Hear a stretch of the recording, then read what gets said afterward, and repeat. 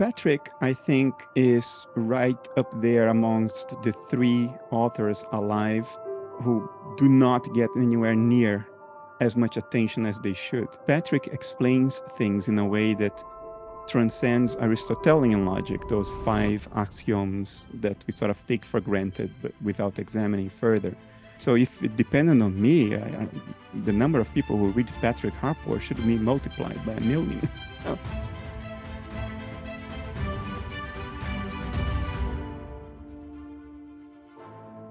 Welcome, Patrick. Welcome, everyone. Welcome, Bernardo. So as I was just saying to Patrick before we started recording, I intuit that this is a warm audience here more to enjoy the company of who've gathered rather than to challenge. It's quite exciting for me because it's 2 very different languages and perspectives on which somehow seem to meet at some level. Is it okay to dive in, Patrick, with the first question? Set tone. Well, sure. Yeah, I was sitting here before the meeting, nervously, and I remembered the words of W.H. Auden, one of my favorite poets, who said that he said something like, when I walk into a room of scientists, I feel like a shabby curate who's entered a palace of bishops. And I suddenly thought, I know what he means. This is daunting in that regard, but I'll try and brush off the shabbiness and smarten up.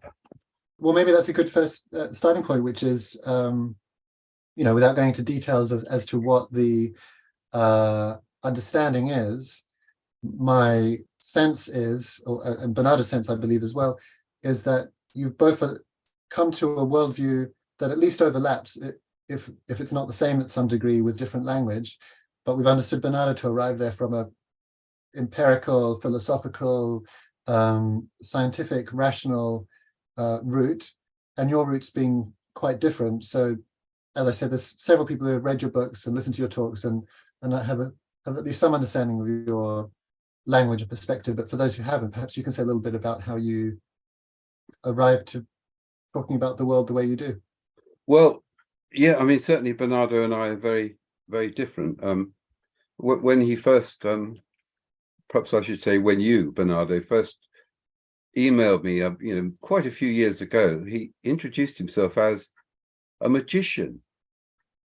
I'm wondering if that's true. Is this a false memory? But of course, it turns out he is a magician. I pictured a man pulling rabbits out of hats on a stage, but of course, he has been pulling strange rabbits out of a philosophical hat ever since. So but it was an accurate description of himself. But it's the differences between us are very simple and very clear. That Bernardo is a very distinguished scientist and philosopher, and I'm neither of those. He's very much an academic, which I'm not. He's got 4 or 5 PhDs to prove it, which I haven't, and he's very much an intellectual, which I'm not. I'm bookish, but I'm not an intellectual, really. So I would say that my inclinations have always been, let's say, religious and literary. Those would be the kinds of words that would describe my so-called trajectory through life. Let's put it this way. When I was at university, we were strongly encouraged to go to a careers officer to tell him what we wanted to be when we grew up, when we graduated. And all my chums, we were all reading English together, and they all wanted to be film directors and leader writers for the Times and headmasters of public schools. And he said, what did I want to be? And I said, mystic. So he looked a bit baffled by that. So I tried to explain that I thought the most important job, and probably the most fulfilling one, would be to achieve, direct union with the Godhead. So he quickly and very properly ushered me out of the room.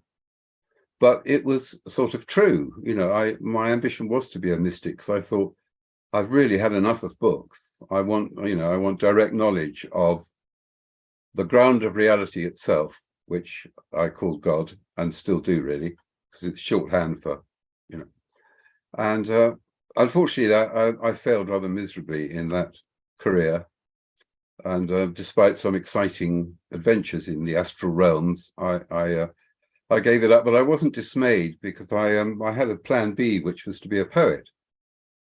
And so I took up poetry with a vengeance, and discovered to my horror that I was really rather bad at it. I mean, I wasn't crap, but I just wasn't very good. I was mediocre. So after that, I was a rather disappointed man, and it's all been downhill since then.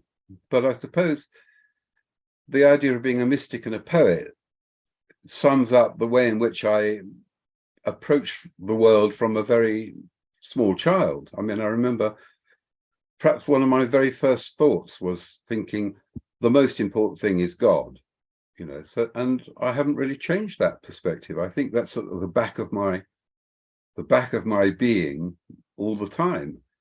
And secondly, I thought I must find out what humans are like, what human nature is like. And I thought the best way to do this would be to read novels. And I still think that too. So nearly all my reading has been reading novels, reading poetry, drama, and hardly any non-fiction at all. So in that respect, I suspect I'm kind of the inverse of Bernardo.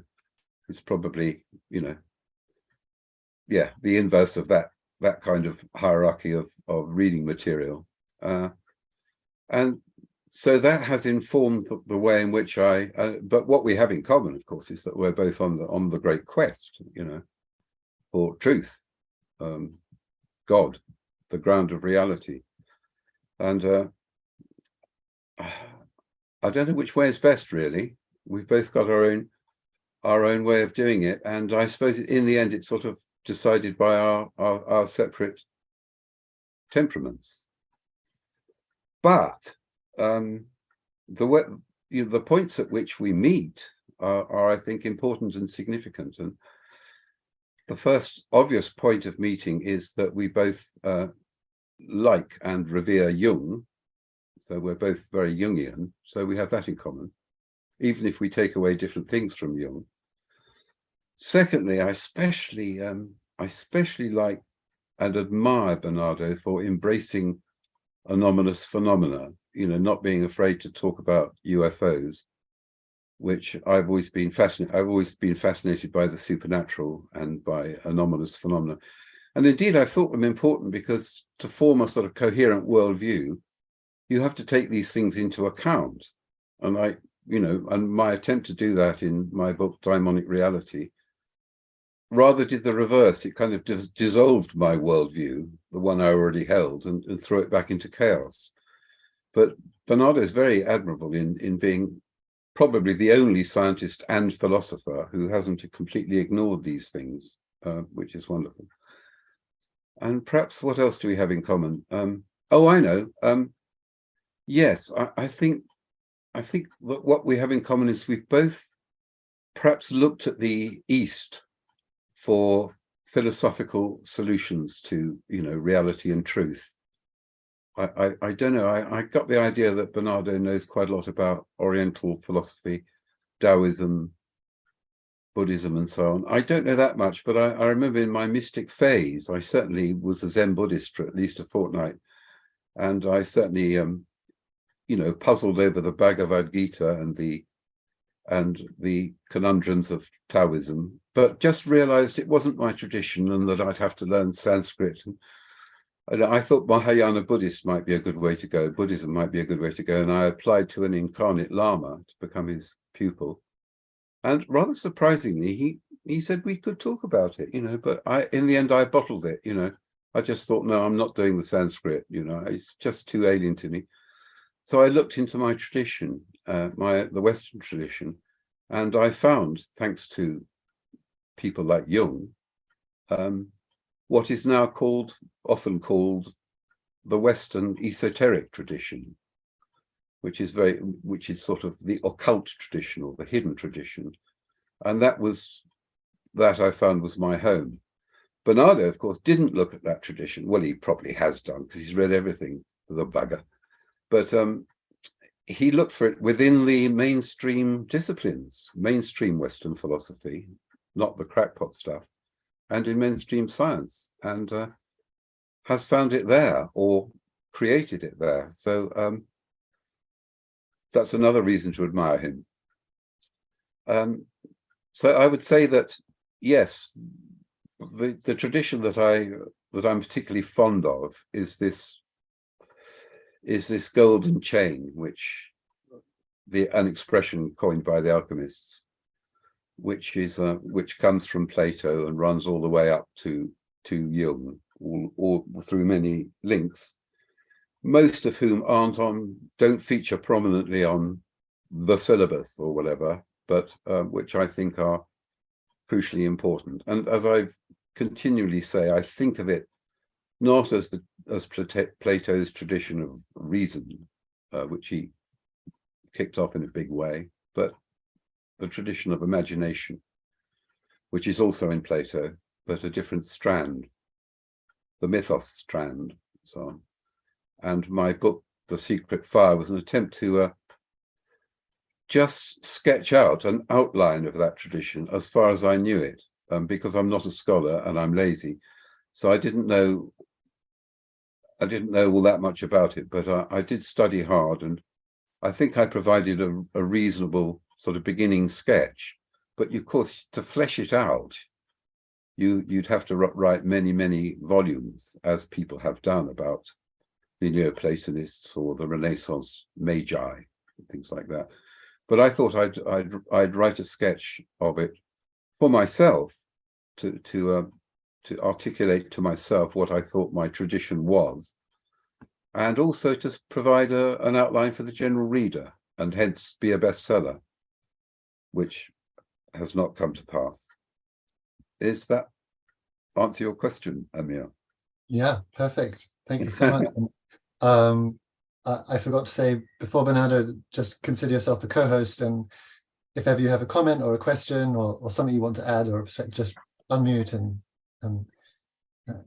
you don't have Yes, to... I'm here under false pretenses. I thought this was Bernardo's show, which I was going to be watching, and catcalling from the sidelines. I didn't realize I was going to feature. So anyway, anything Bernardo has to say, I would be only too grateful. May I? Yes, but I like to say whenever, feel free, just whenever you have something you want to add, feel free. By the way, Amir, your transformation into Gandalf is well underway. I think in one of the next few weeks. I said to Patrick, I didn't have time to read all the books, so I thought I'd get the appropriate hair for the theme. It's strange to hear Patrick say he's not a scholar. I'm sure he's being absolutely sincere. Of course, the implication is that there are no scholars. There have never been any scholars if he's not one, which may be true too. I mean, the way we elevate and reify scholars doesn't do justice to their humanity most of the time, I think. I have two questions that I would love to pose to Patrick, but I think the first thing that would be nice for us to hear as an audience is maybe a summary, Patrick, of your worldview and the role of the Daimons and the role of contradiction in how you see reality, so people know where you're coming from and what your views are. Do you mean the Daimons specifically? No, your view of reality in general, like in the Philosophers Secret Fire, and then maybe with bringing in the idea of the daimon and the work you did with John Mack. How does that mix into that worldview in the Philosopher's Secret Fire? Oh God.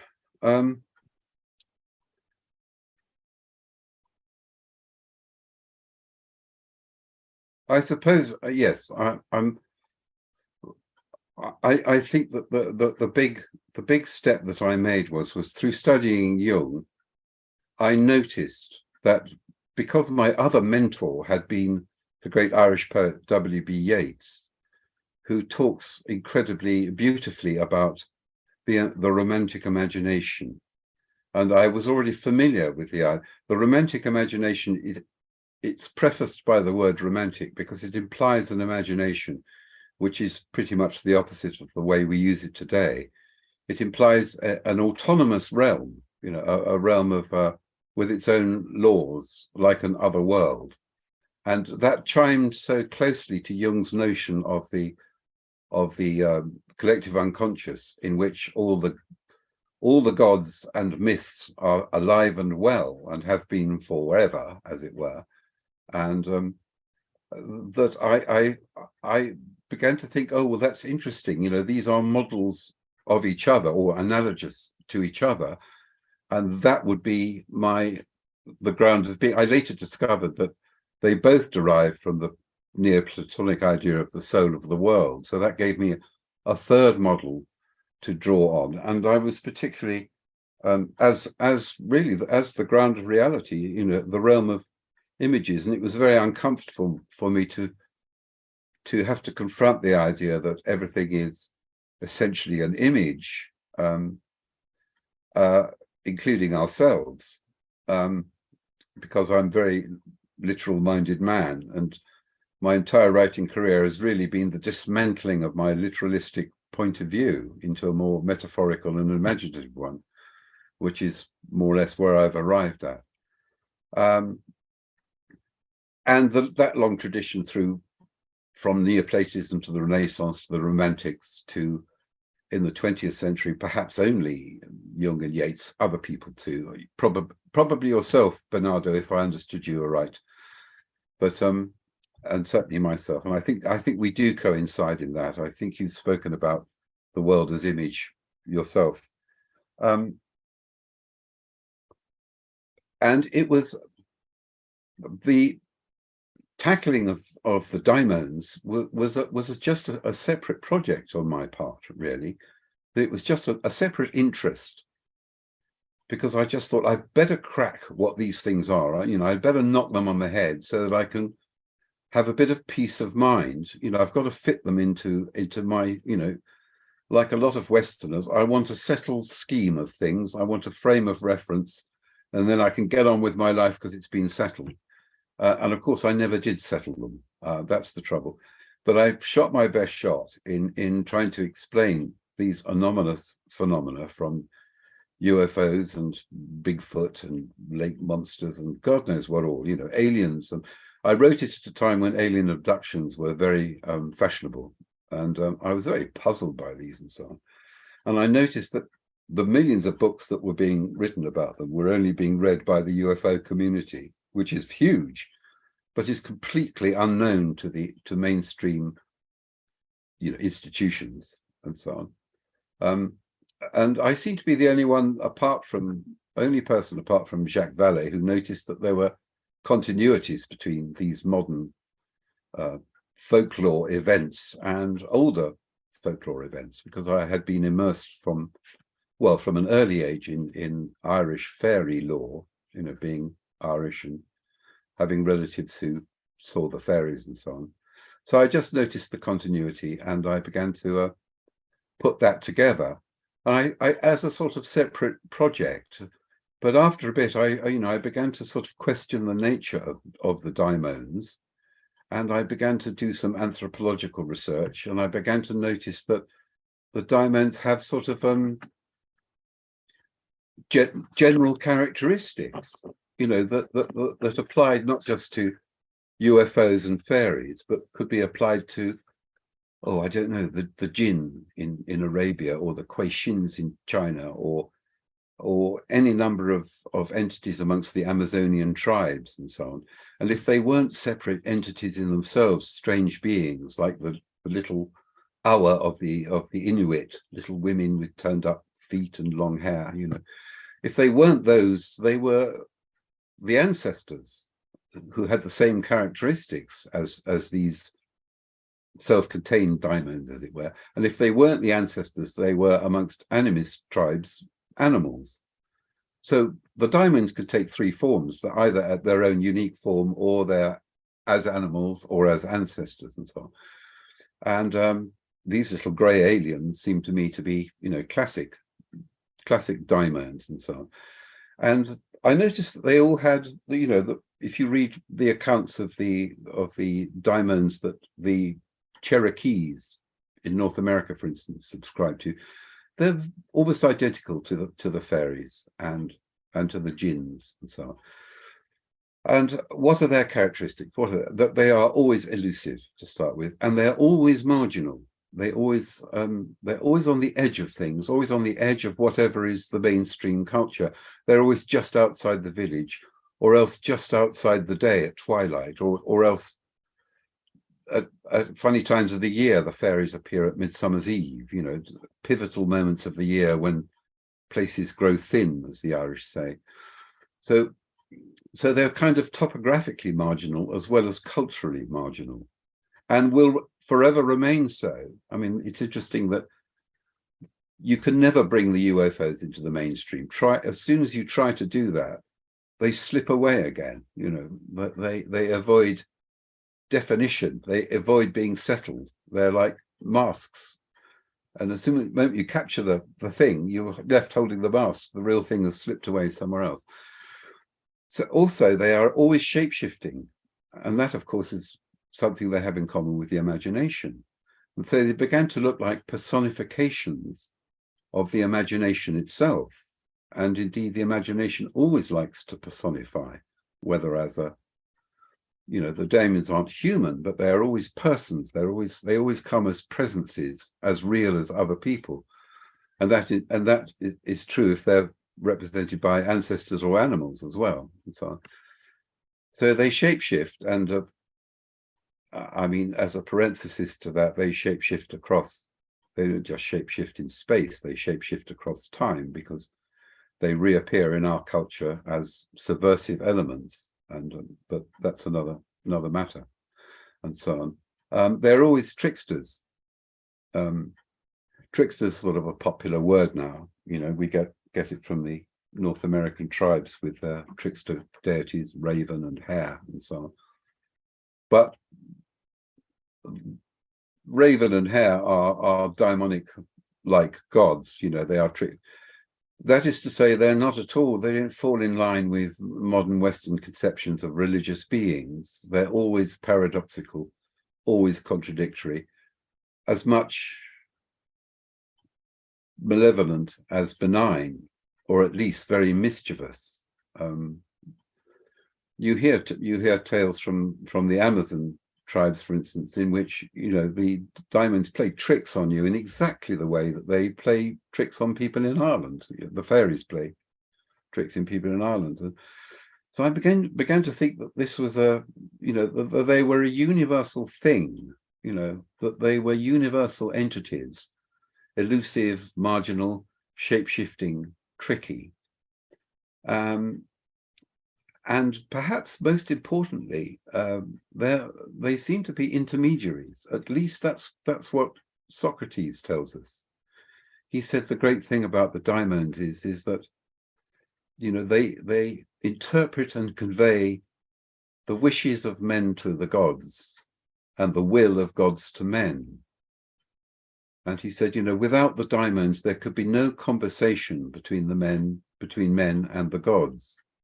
And I thought that was very interesting. And he said, and of course, there are people who are expert in this conversation, and these are daimonic men and women, which we know as anybody who is able to enter the other world at will. I mean, you can be taken into the other world by aliens, by fairies, by underwater beings in the Amazon. They'll snatch you, and so on. Jinns will snatch you. They'll always take you but the ones who have some control over this are the shamans, the mystics, the poets, the mediums, however we characterize the daimonic men and women that Socrates describes. And so they came to, I came to think of them as sort of personifications of and Plato tells us they live in the soul of the world. They live in this intermediary realm, as it were. So they embody the soul of the world, as it were. And one of the Greeks quoted by Yeats, and I forget who it was, it may have been Sallust or Plutarch, said that the Daimons are responsible for inventing the myths. And I thought that was a lovely image of the way in which the imagination is self-circling, as it were. In other words, the Daimons tell stories about themselves, as it were, and those stories are the stories we call myths.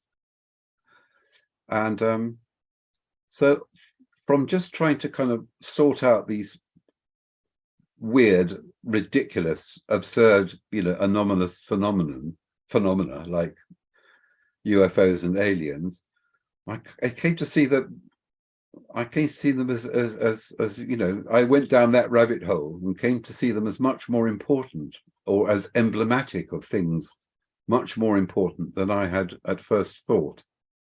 And I think I sort of try and gesture towards that towards the end of Daimonic Reality with, I don't know, I launch into long, absurd analyses of myths about the heroic ego.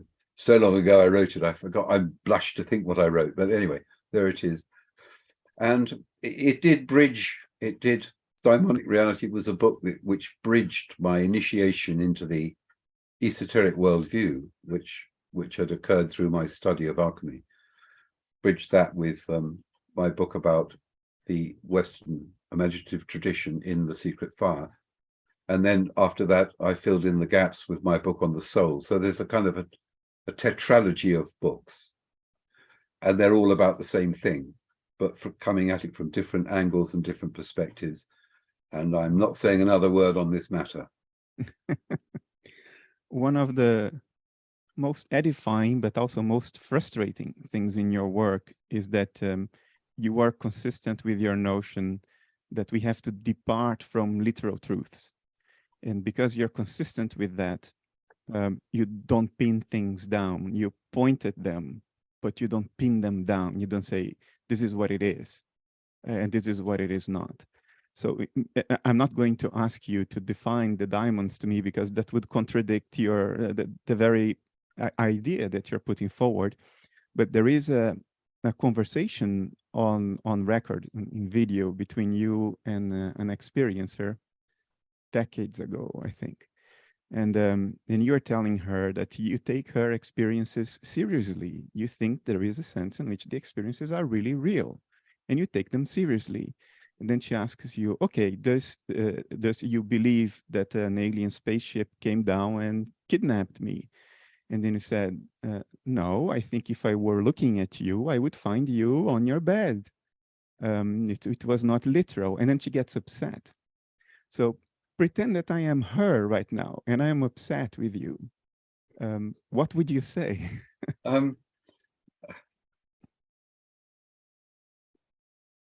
I don't know. I think I think I would equally upset you, but I think I would have to sit down with her and you for a long time and explain the whole daimonic worldview, in which things can be real but not literal, and that is the major stumbling block for the Western mind. And it was my own major stumbling block, and worse still, an experience like that is real if you understand it poetically and metaphorically, but unreal if you understand it literally. And that is the awful paradox of the Daimons. But a paradox is, of course, a thing you can't think. It's a thing you have a relationship with it, but you can't think it, and you have a relationship which is something like faith. I don't know, something like that.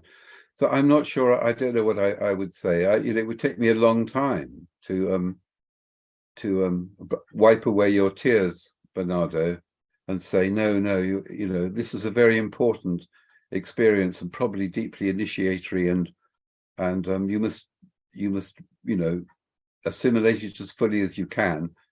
But I don't, and don't get hung up on the fact that I don't think your body was physically taken into, and then I would try and explain how we are not just our bodies, and that our souls can separate from our bodies, as every culture in the universe has always attested, that some part of us can leave the physical realm and fly off to, the Eskimos, who are unimpressed by the moon landings because, their grandfathers used to fly there on a regular basis, according to them. So And interestingly, one of the traditions of shamanism is that they always say, of course, in the old days, you could fly to the moon in your body, but now we can only do it in an immaterial form. So there is always that part of shamanic law itself always says things were better in the old days. We did it better. We could fly to the moon in our bodies, but now we can't anymore. It's a bit like the fairies are always going but are never gone. Ever since the 5th century, people have been saying people used to believe in fairies, but they don't anymore. And they say that in the 12th century, and they say that in the 15th century. And they're still saying, well, sure, we used to believe in the fairies, but no, we're on modern now. We don't believe in that. Mind you, my father, and it's a bit like that. And so I would try and reassure you that I would try and explain to you the relationship between body and mind, or something like that. But I wouldn't be very good at it, Bernardo. How would you do it? What would you say to that poor experiencer? If I would come from your perspective? No, come from any perspective. How would you comfort her and stop her tears? Well, would you say, no, I completely believe that you were taken into a spaceship? Would you say that? No. No. I would say the same thing you said. If I were next to you, I would have seen you lying down on your bed or your couch and not having gone anywhere. All right. And now I'm weeping. What do you say? In a world that is mental, in essence, not my mind alone, not your mind alone, but a mental context which we inhabit, all literal truths are ultimately metaphorical truths. And there are only metaphorical truths. Even if she had been actually taken by a beryllium spaceship from aliens come from the Pleiades, that would be a metaphor too, a metaphor of mind to itself, as a part of its exploration of its own nature. So I would tell her, the fact that you were not physically taken does not diminish the reality of the experience in any way, because being physically taken is also a metaphor of mind to itself. It's just our human categorizations that created a schism and a split there. Now, does it dovetail and line up with your views? I've been on a for years on a process. It's not drying my tears. No. But yes, no, I take your point. Although, I mean, you see, the thing that I don't really understand, and which you understand better than I do, is the way in which it's not true that the metaphorical presents itself as literal in order to convince us of its reality. Yeah, you wrote that. But then again, taking things literally is a legitimate way of regarding the world. And that's why I'm keen on William Blake's view. The view that you have double vision, that you don't ignore to recap his famous quotation about he's talking to himself. He says, "Do you see the sun as a golden guinea?" And he replies, "No, I see a heavenly host singing holy, holy, holy." Well, that's obviously a sort of truer vision of the sun than the literal sun in some sense. But if you only see a heavenly host, you're in trouble. You'll never pay your bills that way. It's kind of madness. So you have to always see the metaphorical through the literal, or see them at the same time, or preferably achieve that state of consciousness that preceded the division of metaphorical and literal, in which is only consequent upon our modern worldview, our Cartesian worldview. The idea of literal and metaphorical didn't really exist until then. We have divided that world. And before, you just saw the world, and it was both literal and metaphorical at the same time, but you just didn't think about it in that way. And I think I think whenever we pay very, very deep attention to something through trying to create art or falling in love or something, we return once again to that pre-metaphorical literal divide. You know, we are just wholly entranced by an object which is both itself and rather than the way that you talk about symbols, which is only ever itself, but magically points beyond itself at the same time. You know, I've never been able to define a symbol, but you've done it nicely for me. I think I've listened to you, and that's what it is. And anything whatsoever can be a symbol. I mean, a poet can create out of the context of language a symbol out of anything whatsoever. But it's very hard to say why isn't that just a pigeon he's talking about? But if he writes about it in a certain way, it becomes, you know, it becomes a rich, almost bottomless container for associations with, you know, flight, the soul, the Holy Ghost. You know, you can make a pigeon into a vast symbol if you're a good enough writer. And I think that's the sense in which we can fuse the metaphorical and the literal once again to a point where they are kind of meaningless. And I spent much too long in the Secret Fire trying to dismantle literalism, because it seems to be perhaps the most pressing question. It's perhaps the cardinal sin of the modern blah blah blah scientific materialistic worldview. You know, but people just cannot get that. They just say that's not true because it's not a fact. You know, and you say, well, you know, facts aren't true. You know. But facts also exist, you know, but it's really quite simple. You know, you can it's really so easy to understand. It's like the sun and the heavenly host. It's like describing a sunset, you know. It's like saying, look, a Turner painting of a sunset or describing it in terms of wavelengths. They're the same thing, but which do you prefer? And you can embrace both at once, as we do, or as we all do if we have an ounce of poetry in our bodies, we do, you know. Only a madman would say to their child, you know, if the child says, oh, what's that? You know, it's a beautiful sunset. And if the child, you know, if the father started to say, well, it's the wavelengths being refracted at such and such frequency or wavelength, you know, that would be mad too. But it's an ongoing problem, Bernardo, yes, which you're doing a lot to solve, I'm happy to say. So. But I know people probably have a million questions and I don't want to monopolize you, but it's very hard to let you go as well. So I'll ask you just one more question. In the Western philosophical tradition, since Socrates, we talk about daimons. Socrates had this daimon that would tell him what not to do. And the daimon didn't stop him from not defending himself at his trial, so he was sentenced to death.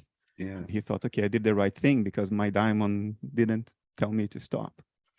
Even Goethe talked about daimonic people, and you sent me a quote from his Poetry and Truth autobiography in which he describes daimonic people, and he used Napoleon, who he knew personally, as an example of a daimonic person. But all of these instances in the mainstream Western philosophy of the daimon, in those cases, the daimon is a kind of a transpersonal force that manifests itself personally to you. So it's sort of a kind of morally ambiguous guardian angel. It's a transpersonal energy that is always with you and sort of informs your life or guides your life in certain ways. It is not the good people, which don't necessarily give a damn about you. They are more personal daimons. Do you see these daimons that have their own thing going and they don't give a damn about you as being the same thing, different instances of the same kind of natural phenomena that manifests personally to us and seems to have a very big interest in our lives and our choices. Yes, I don't really know the answer to that. You know, I just call it the personal daimon, as opposed to daimons generally. And generally, as you say, the daimons are impersonal representatives of some kind of level of reality. I only know what I'm told by Plato and by a lot of, you know, traditional cultures, where the personal daimon is recognized, but as an ancestor. And so a child, for instance, is not given a name until it's established which ancestor is protecting and guiding that child. And protection and guidance are the two main functions of the daimon. And in other words, I don't really understand how they relate to the daimon species, you know, daimons generally, you know. Yeah. And indeed, you know, they're not described. You know, Plato doesn't describe what they are, what they might look like, and so on. And so, I mean, I knew an artist who was completely uneducated and a very brilliant artist, and she definitely had what I would call a daimon, but it was a hare. I mean, she would dream of this hare, and she tried to paint this hare, and the hare would kind of walk into the room and pose for her. But the hare also guided her art. You know, it was like well, that's another interesting twist. The muse, you see. I mean, Ted Hughes speaks very daunting. Ted Hughes is perhaps one of the last mythopoeic poets, you know, like Yeats and Eliot and people like that. And he says, you know, the muse doesn't care about you. The muse doesn't care about your life at all. She bursts in on your life, and, you know, she delivers the poem, and then she buggers off again, you know. And so I struggle with the relationship between the idea of a personal daimon, a sort of higher self, you know, a muse, you know, and I could see that they're all related, but perhaps they're just given a different kind of stress or accentuation depending on the kind of person you are. That the personal daimon would be a muse for an artist, but it may well be. Yeah, I think generally it lays down the ground plan of your life, or rather it monitors the ground plan of your life. So if you're doomed to be a military leader, it will help you in that.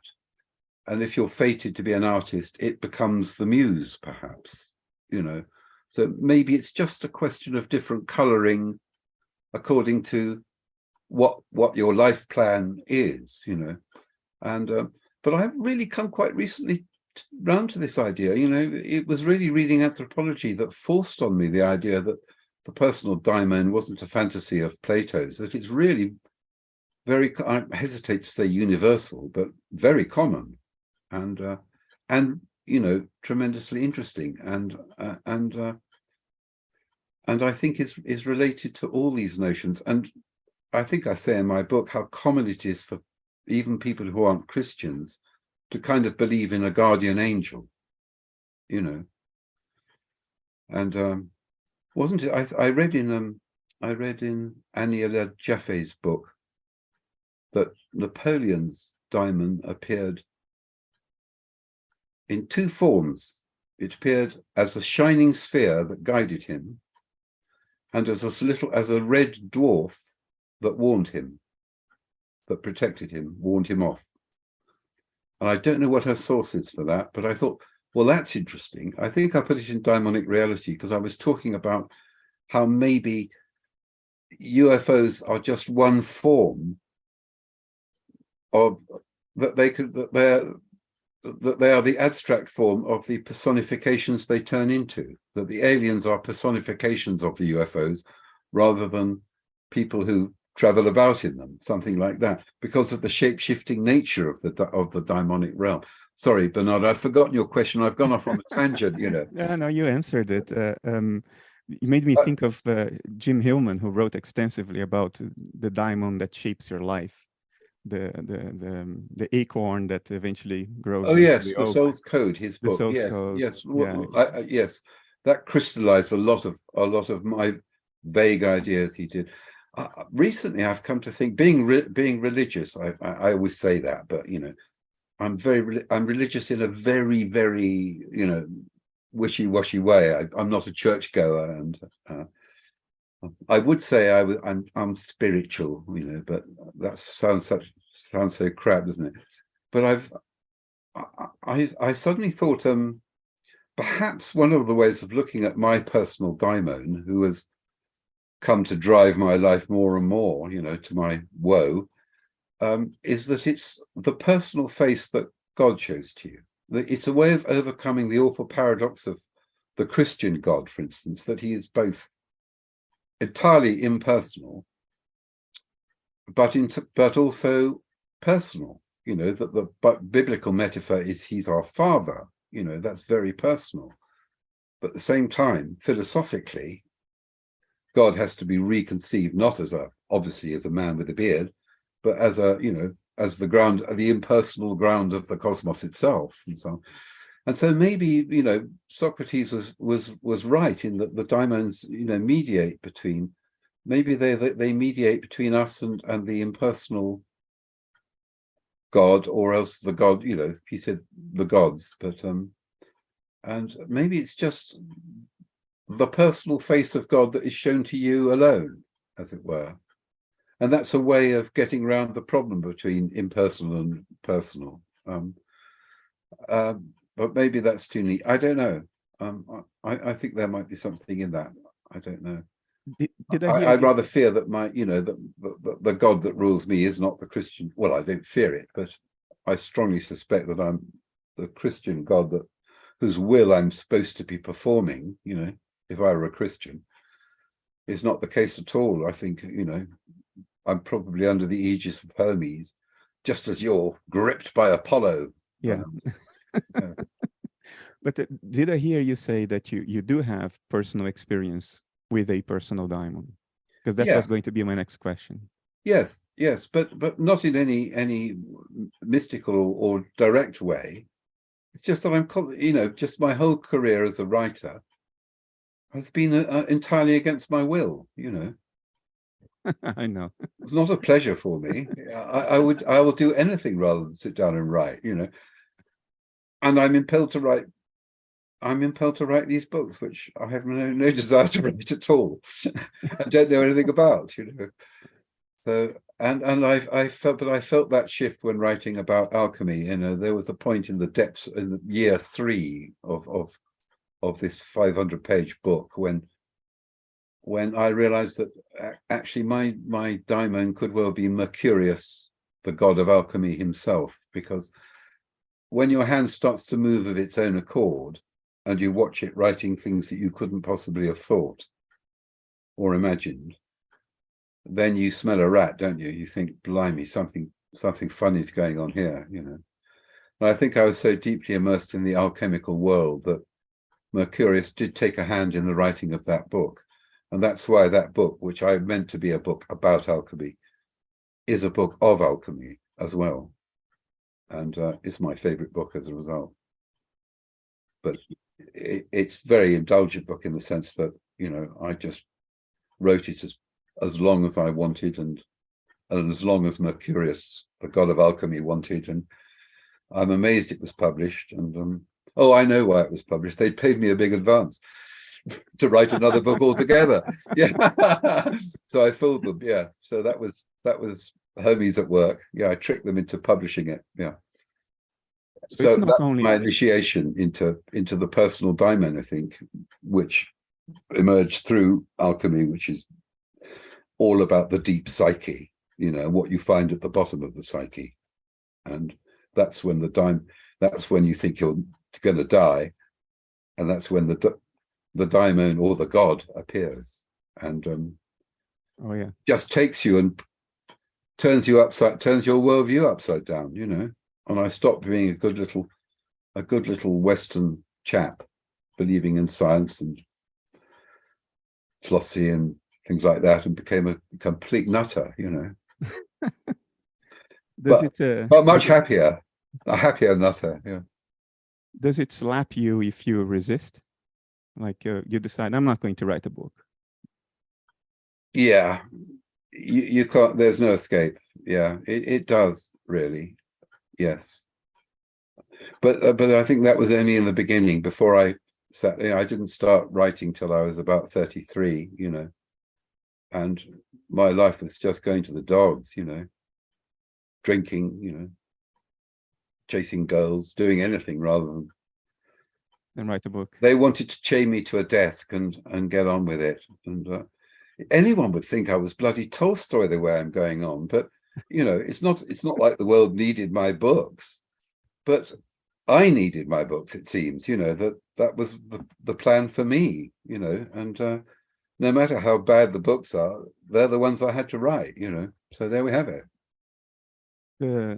The voice of the daimon sometimes appears in your writings, very subtly, very nuanced. It's just a small thing here and there. For instance, a couple of times in the Philosophers Secret Fire, when you're describing the golden chain, you use the pronoun first person in the plural, our tradition. That's not your character anywhere else in the book. Oh God, yes, of course it's not our tradition, is it? Yes. Bernardo, well spotted.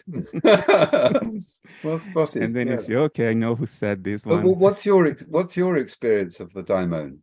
Same as you. Have you had direct communication with your daimon? Well, not in English.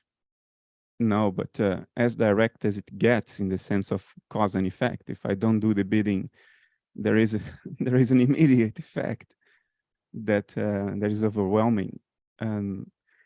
You were talking about protection being one of the roles of the daimon. I think kicking you in the butt is another one.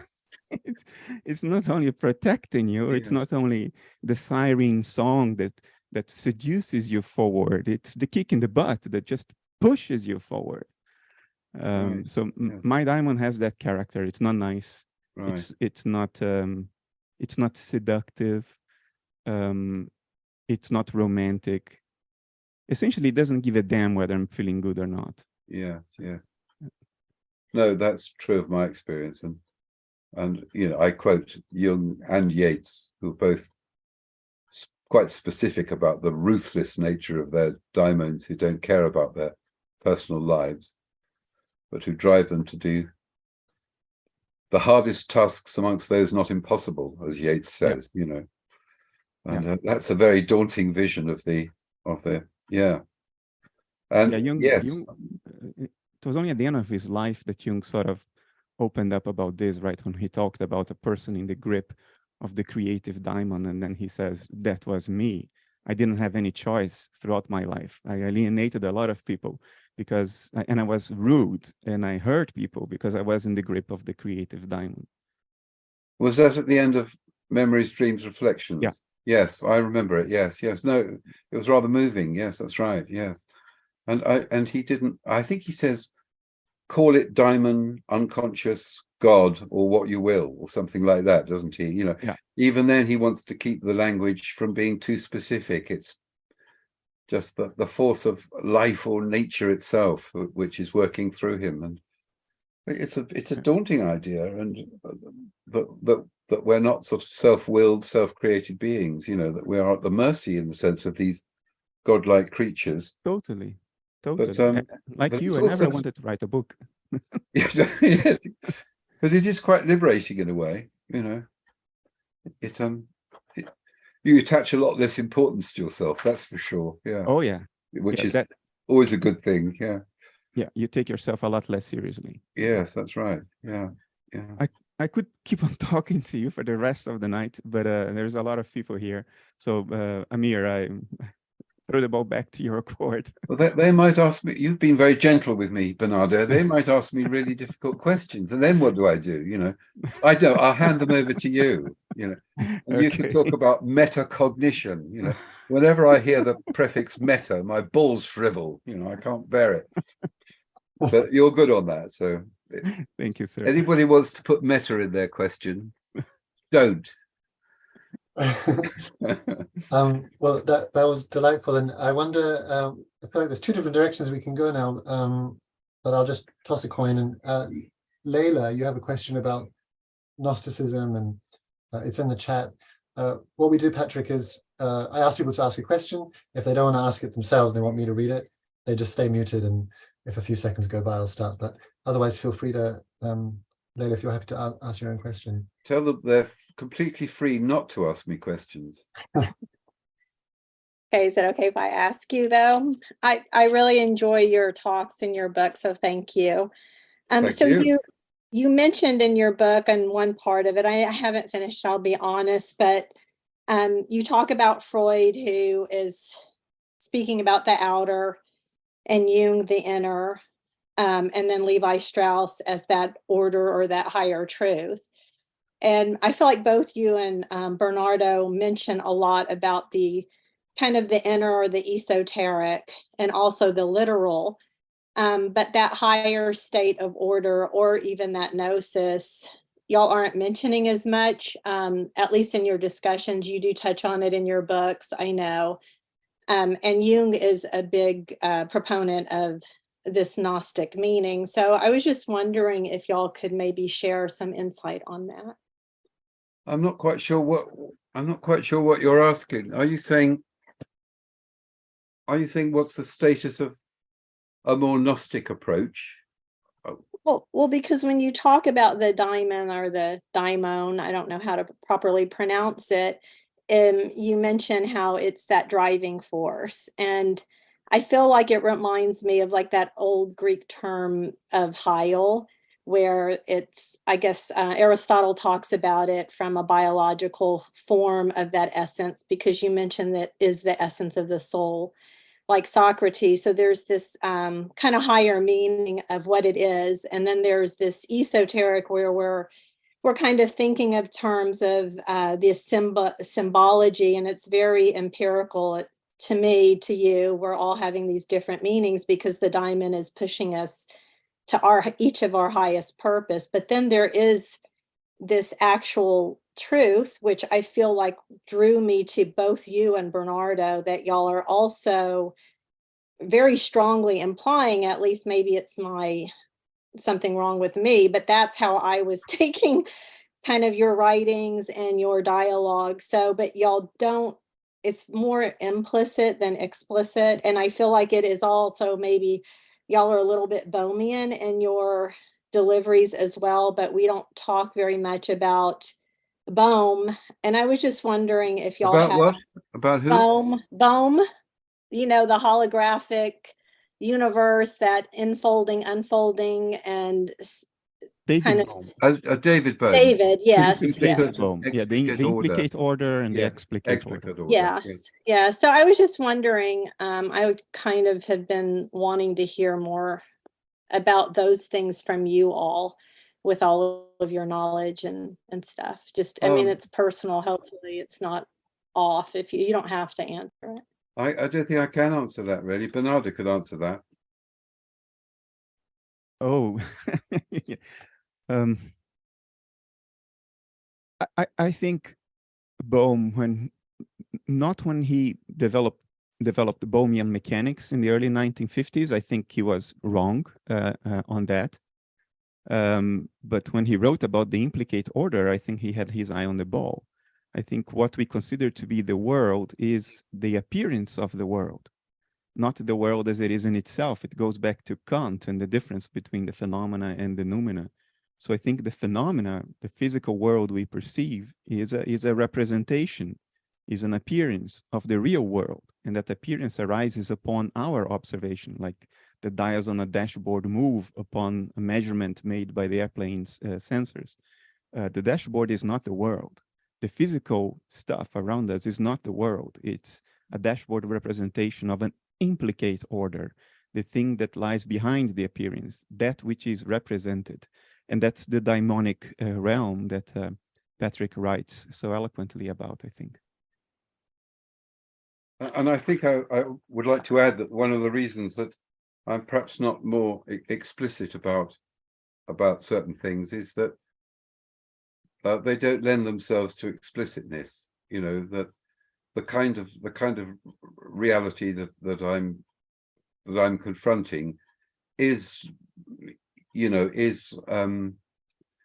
it can't be come at head on. You know, the daimonic reality can only be seen out of the corner of your eye, and it can only be hinted at in images and in, you know, poetic conceivings rather than direct statements, which already they become too solid, they become too literal straight away, and they do violence to the very elusive, shape-shifting nature of the Daimons, and I would argue of the ground of reality itself. And so you can only evoke reality through images, through symbols, and hope for a response in people which is direct and immediate, but probably unutterable and ineffable. That's to say, you can't utter it or eff it. That's a little joke. I think this is related to your question. Leila, feel free to jump in if I'm totally misunderstanding. But is one way of languaging this is a lot of this talk of the daimon is gearing us to get deeper into more shared layers of reality, of deeper shared layers of the imaginative or the consciousness realm, and perhaps Gnosticism, or you know, I'm curious what, if and how this relates to, or if it's seen as opposed to, say, the perennial philosophy, this kind of idea that one can have a direct realization of the ground of reality in a non-personified way. If I've understood Aldous Huxley right, we kind of put it on a hierarchy where, if you're still seeing reality mediated by a personification, it's not as good as the real thing. Whereas some would say in other traditions, no, the personification is as or more legitimate than this kind of empty or enduring spacious consciousness. Or yes, I feel like I'm giving a word salad rather than a no, question. I quite get you there.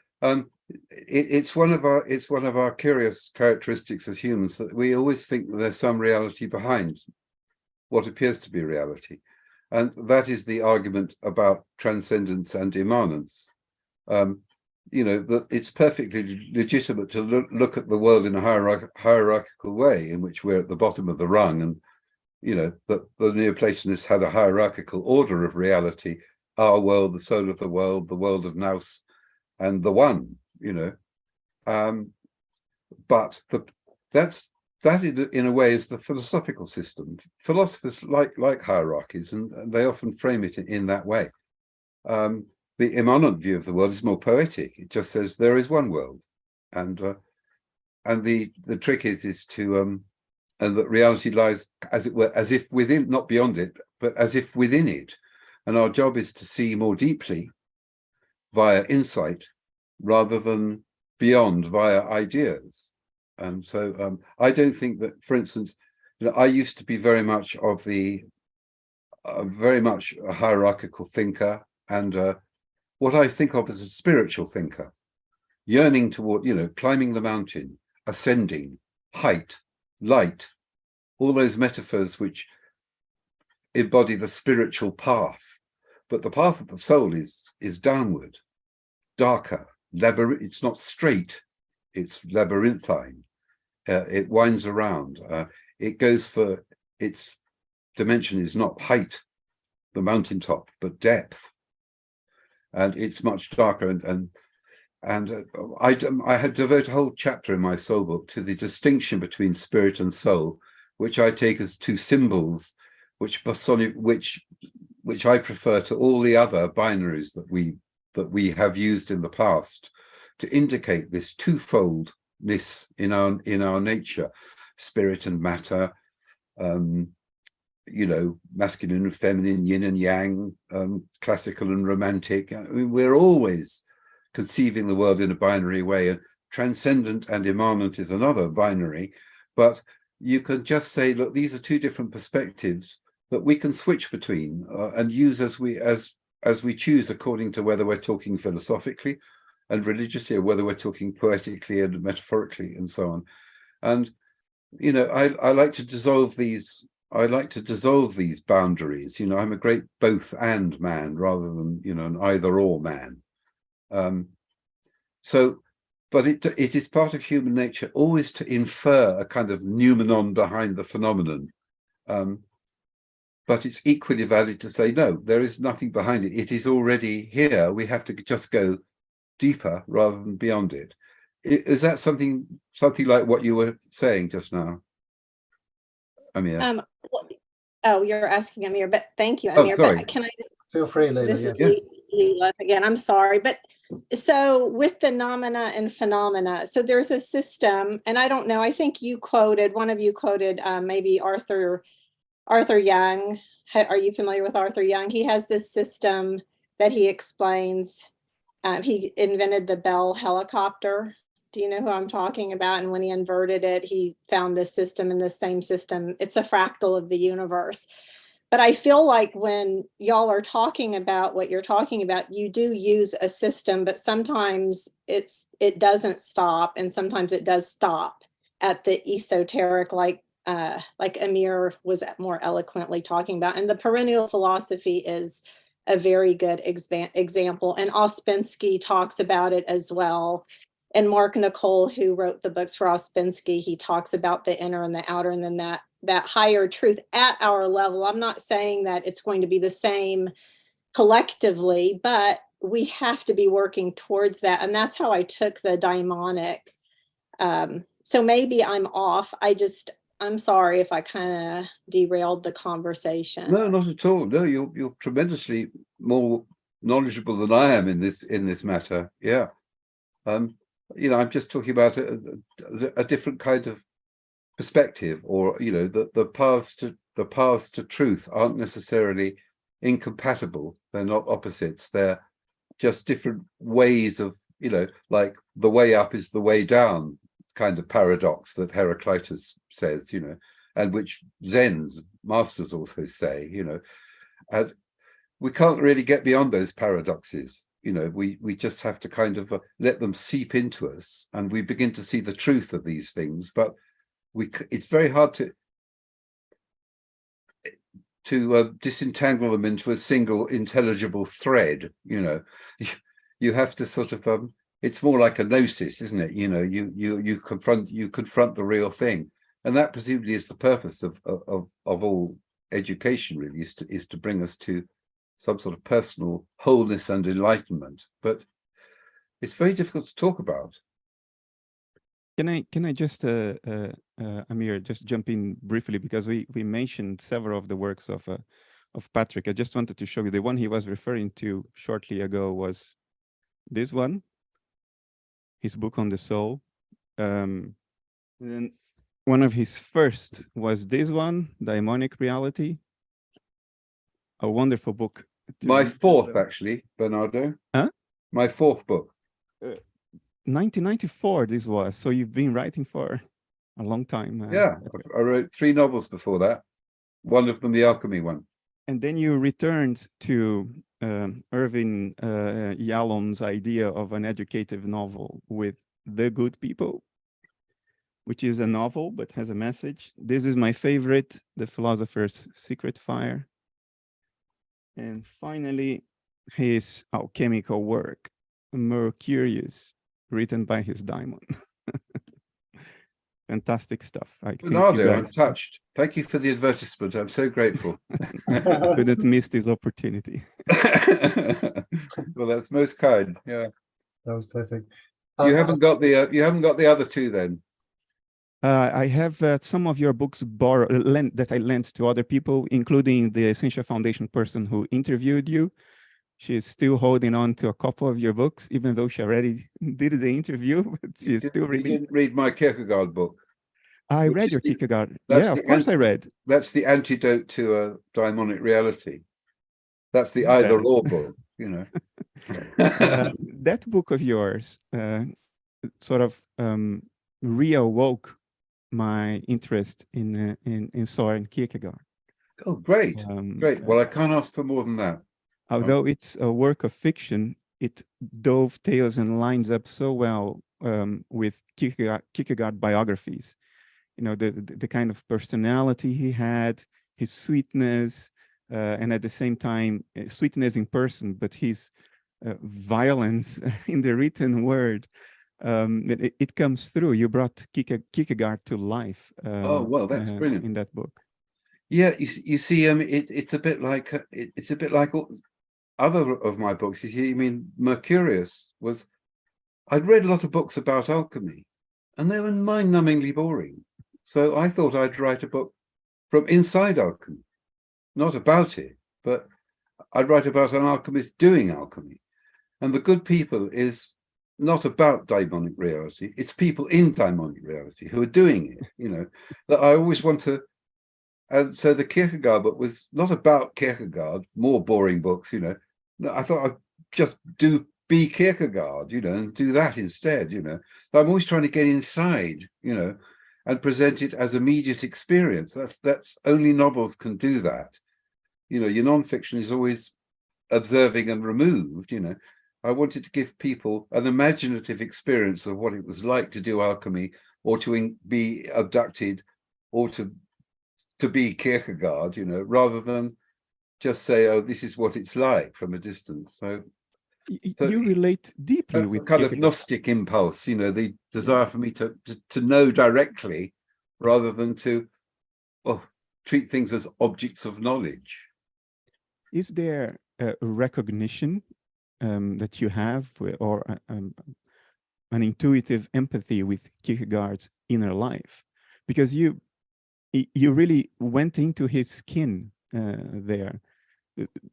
Are there resonances with your own inner life, or a shared fate, or some kind of recognition of identity? I think it goes back to the daimon again, you know, that his daimon, and it did actually speak to him once. And it's a terrible moment, really.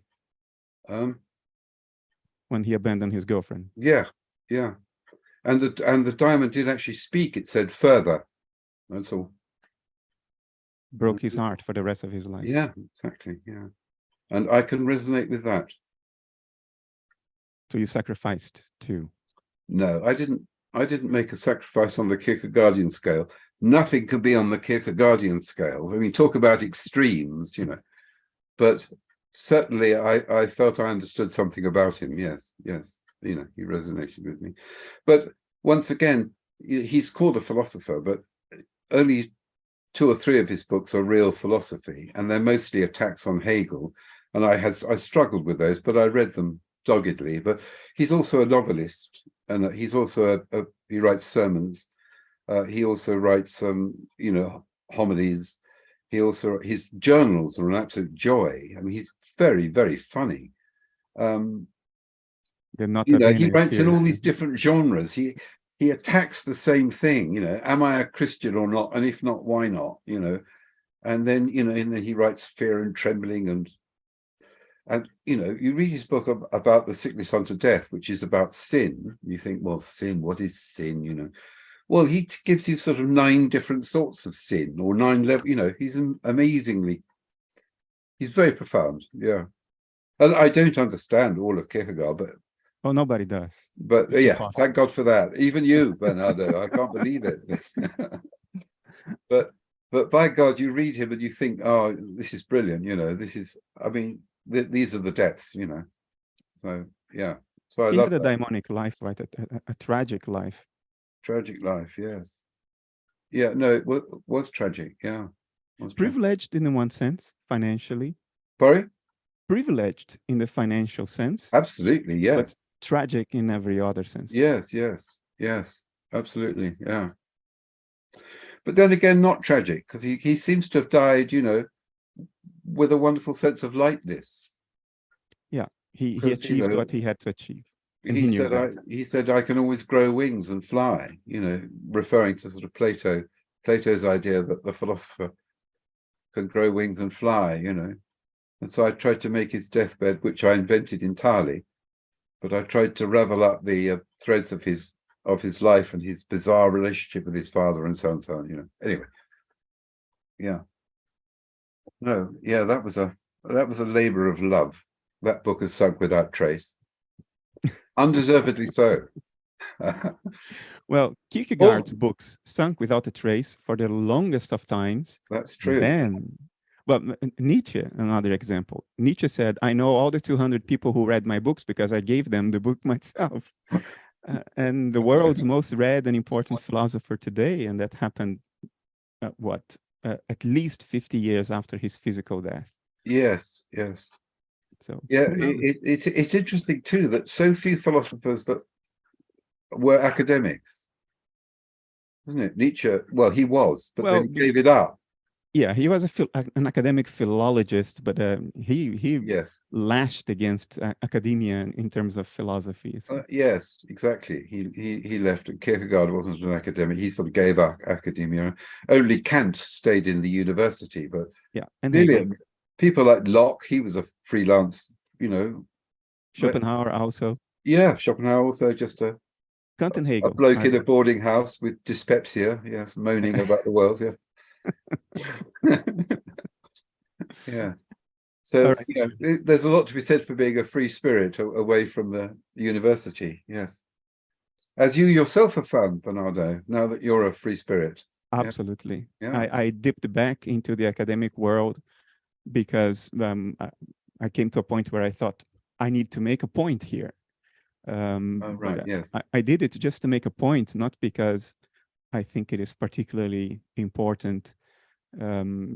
Academic literary production is a job. It's a manufacturing line. It's to make sure that you get your salary raised and you don't lose your job and you get the funding you need. Yes, it has nothing to do. Books.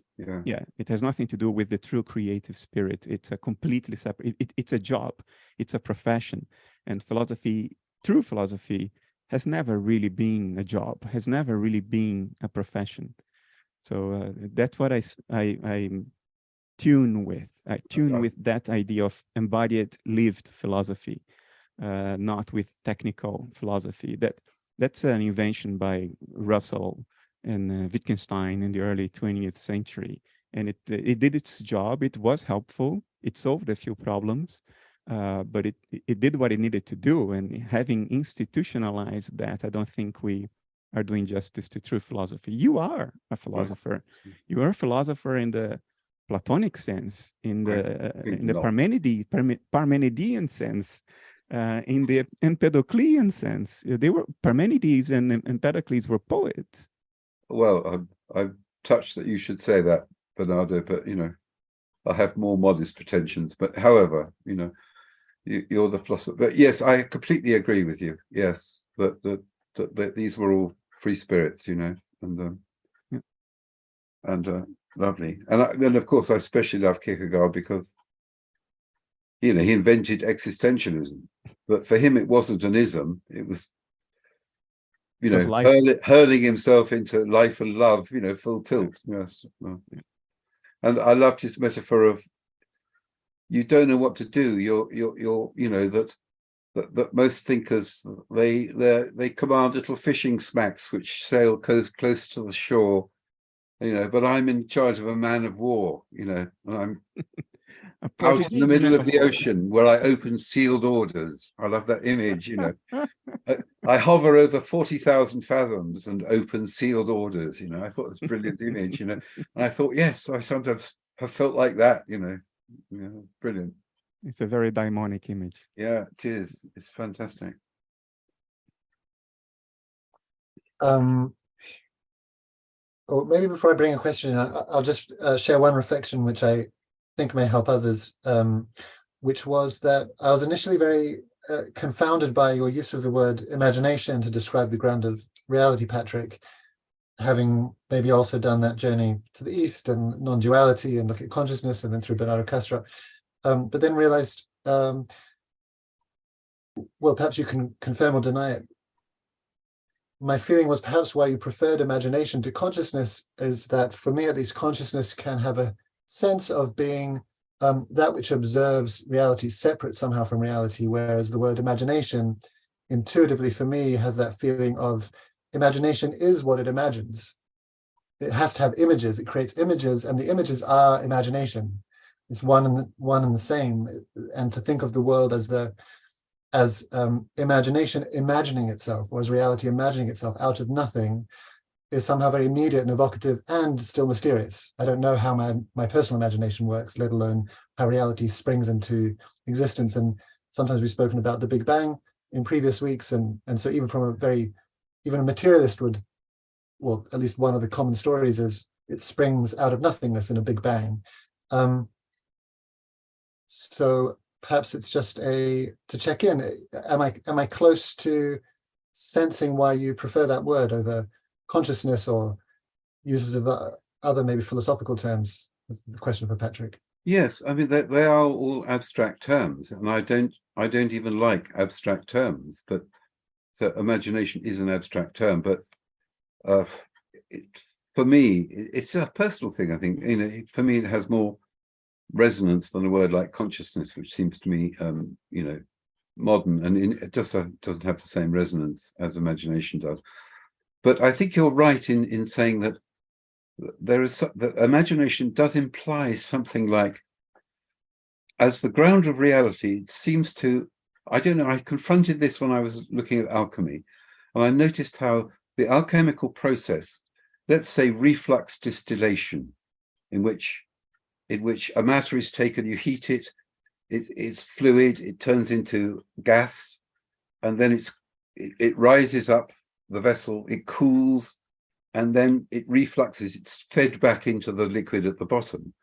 And that seemed to me a sort of a perfect, one of the best images I know of the way in which a creative process takes place, or the way in which imagination distills itself out of itself and changes, but is always still the one thing.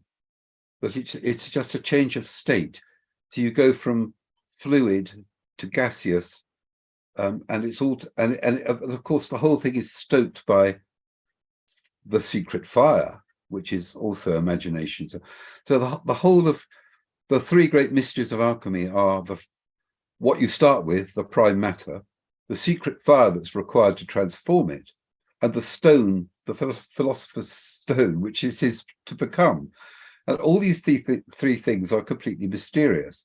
But if you conceive of them as something like different states or different phases of the self-circling and self-limiting motion of imagination itself, then I think you begin to grasp the essence not only of alchemy, but of all creativity somehow. Or indeed, if you use the word soul instead of imagination, which I use interchangeably, the hermetic vessel is itself a transparent image of the soul in which these changes take place. And I think this idea of reflux, circulating distillation is a wonderful image of how that works. And so I would see imaginations both, as it were, creating images yet being itself the image, and that means in one sense it's sort of baseless, but in another sense it's everything, but I didn't, if you want to know about the imagination, read Jacob Boehme and read Coleridge, read the real experts. I'm merely their mouthpiece. When Bernardo said I was a scholar, he was quite wrong. I've never used a primary source in my life. All my information is from secondary sources, whereas scholars make primary sources available to us. The only primary research I've ever done is reading alchemical manuscripts in medieval Latin, and that nearly killed me. But so I'm not going there again. I don't know if that's what I've just said means it addresses your question at all, but yeah, that's the best I can say for the moment. Lisa, you had a question. I had a bunch of them. So maybe pick the one you are most, that your daimon is most urging you to ask. That's a great way to put it. Well, I had a question. Can I go to the question that I wrote before? Absolutely, yeah. So I'm really intrigued by Jung's idea of the psychoid. And when you were speaking about there may have been, or there may be a mode of perception where you're not concerned about literalizing or not. There's just a world, and you're simultaneously feeling it as physical, literal, metaphorical, instructive, to you. So I'm interested in how daimonic reality and Jung's idea of the psychoid and synchronicities, I think, are tied to that. All relate in your mind. Yeah. It's a long time since I've read Jung, but I seem to remember that psychoid was the word he coined to indicate that things could be both psychic and material at the same time. In other words, he was groping towards that daimonic ambiguity. I'm not sure that he meant a combination of metaphorical and literal. I think he actually had trouble with that. I'm not sure that Jung ever got to grips with. He never was explicit about, the problem being the literal, because he was a product of his own time, of the scientific views of an earlier generation. But as far as I remember, yes, the psychoid did seem to indicate that at some point, psyche and world meet, as it were. And I think it's a bit in the way that he began by placing the psyche within us, and that the world was outside us. He began with this dualism, traditional and fair enough. And he thought that, the contents of the psyche we tended to project them onto the world, this magical way of somehow the unconscious was projected into the world, so that we encountered the unconscious through our projections on the world, But through alchemy, he changed his mind about that, and he realized that there was that we are in fact in psyche, that everything is in psyche, just as Plotinus said, everything is in soul, and therefore the distinction between inner and outer was one that we have made, and probably made quite recently, perhaps with around the time of Descartes or whatever. And so when he got fascinated by synchronicity, he was really only reinventing the wheel, in that he was recognizing the older analogistic way of looking at the world before what anthropologists call the naturalistic way, which is our modern way of looking at the world. Our modern cosmos they call naturalistic. The Elizabethan way, and previously, would be analogistic. And to that way of thinking, to the older Elizabethan and indeed medieval and indeed Greek way of thinking, there's no mystery about synchronicities. It's quite natural that what occurs in the inner psyche is reflected in the world. It's like as above, so below. Well, so within, so without. That they mirror each other, or they reflect each other. So to us, these coincidences that which we've all experienced, they seem to have tremendous meaning, but we don't know what the meaning of that meaning is. We just go, wow, what was that? But then it doesn't seem to have any consequences. It is its own meaning. What it's telling us is that the world reflects us and we reflect the world. It is what it's telling us. And synchronicities are one of the last sort of real remnants of the older analogistic worldview, in which everything corresponded to everything else. Everything was analogous to everything else, the whole cosmos, the natural world, and so on. That the realm of the body politic related to every part of our anatomy and related to the astrological world. Everything was bound up in a wonderfully complicated system of correspondences and sympathies, which is, I think, a truer way of looking at the world, as synchronicities remind us, because they're a kind of an anomaly in our naturalistic view of the cosmos. I think that's what I'd say about that. I don't think it answers your question, but no, I think it does. How would you fit? Is there any relationship between, say, a person's personal daimon in your experience and the experience of synchronicities? Maybe a shift in attitude where you're kind of open to both or something? I don't know. I wouldn't be surprised, but I don't know. But I'd have to think of it. It's a good question. I'd have to think about it. Yeah.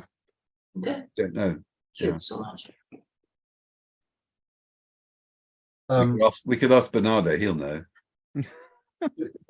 Yeah, let's ask Bernardo. Judging by the chat, Bernardo, and my personal sense, everyone's very happy for you to keep. You kind of said, "Oh, I need to stop talking soon," but everyone seems very happy to keep hearing from you. So feel free if you do have something to add at any point. No, Yeah, no, I was no, only I want teasing to hear- Bernardo really, because anything difficult, I just like to pass on to him because he knows more than I do. I wish. Are either of you familiar with? It was introduced to me as a Nordic conception of where they distinguished also between soul journey and spirit journey, and the soul journey being thought of as a serpent journey down into the underbelly, into the darkness, into the pain, into what's difficult, and then at the bottom you find some kind of gift or light, or through this maze, and then you start the soul journey, which is the ascent, which is the eagle journey. Is this familiar to either of you? And then if someone successfully traverses both journeys, the serpent journey and the eagle journey, and the eagle is more towards Apollo, towards the light, towards transcendence. If they manage to do both and alchemize them, then they become the dragon, which is the serpent and the eagle combined, which I always liked, because in medieval times, my understanding of the dragon was seen as the creature that could traverse, could walk on the earth, could swim through water, could fly through the air, fire. So it's really, the complete human, as it were, transcendence and also immanence. And I think that's exactly what I was gesturing towards when I was mentioning soul and spirit, which I do in detail in the soul book. But yes, I mean, I think that's a much better expression of what I was trying to say. But I'm not familiar with that. I mean, I've read Norse myths, but I don't know I don't think I've come across that. So I'm a bit baffled. But it sounds fantastic. I mean, it sounds exactly what I was talking about. So yes. In fact, if whoever asked that question, if they could email me the source of it.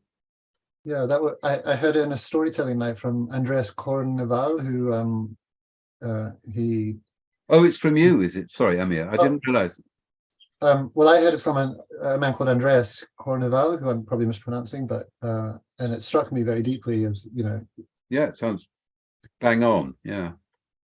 Yeah, as making sense of these daimonic journeys and the kind of the images and the meanings, and then also this transcendence idea. I'll Google him. How do you spelling his surname? I'll fail at that. I'll email it to you, and I'll email everyone else. Yeah. Okay. Eliana, you had a question on that you had prepared about how to make access. So, which I'm seeing in the chat, people resonating with that question. Yes. Thank you, Amir. The question is a bit personal in a way, but which is strange to ask to so many people out loud. But through listening to Bernardo, I found that I unlocked some weird capacity in me, which is extremely new from a person that's been an anxious, skeptical, 19th, 20th century Vienna circle, addicted to logical positivism kind of person. And like, I swear, I don't know what to make of it. So here goes. Of course, I'm shooting at it with every bone on my body. So I'm going through a difficult period in my life right now because I'm finishing my PhD and I have to make some very important decisions.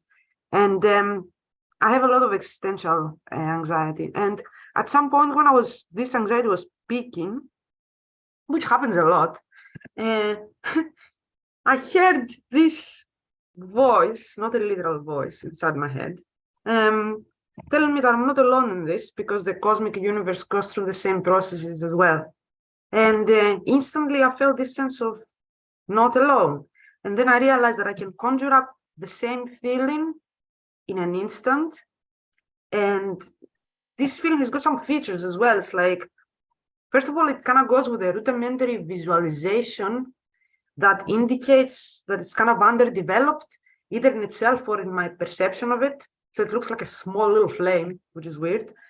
It always bring a sense of alignment in my body,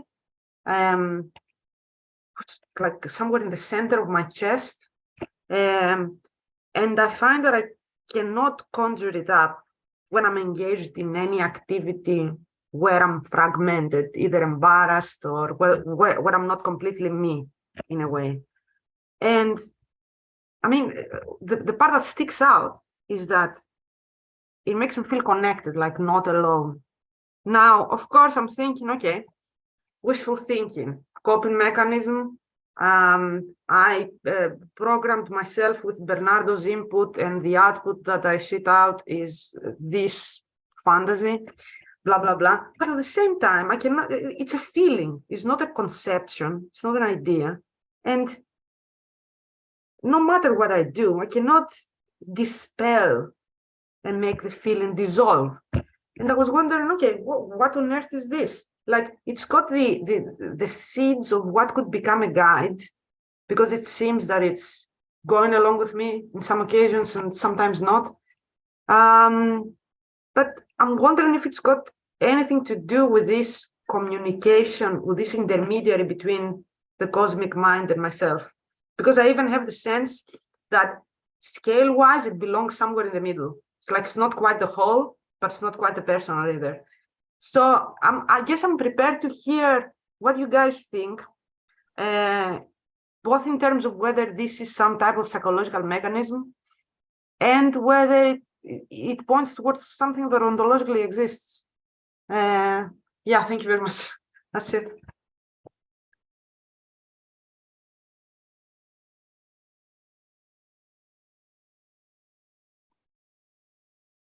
Patrick, Am I supposed to speak?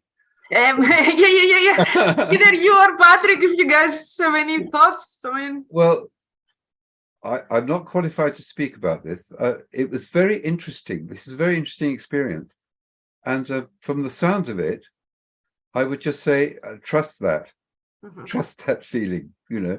It sounds authentic to me, and it sounds like something to do with the real you and your connection with something larger than yourself. And that's something I think we all need. But as you say, it's a very personal experience. And of course, I'm not going to tell you what to think about that or how to deal with it, you know. But it sounds as though you should trust it and go with it. It's a little flame. Nurture it. Don't force it. Just pay attention to it. Thank you. Cherish it. You know, see where it leads you. I think it's trying to take you somewhere good, somewhere bigger. Yeah, certainly bigger than logical positivism. Yes. my teenager bloody obsessions. Like, yeah. But no, I think trust it, and but thank you very much for sharing that. It was fascinating and very moving. Thank you.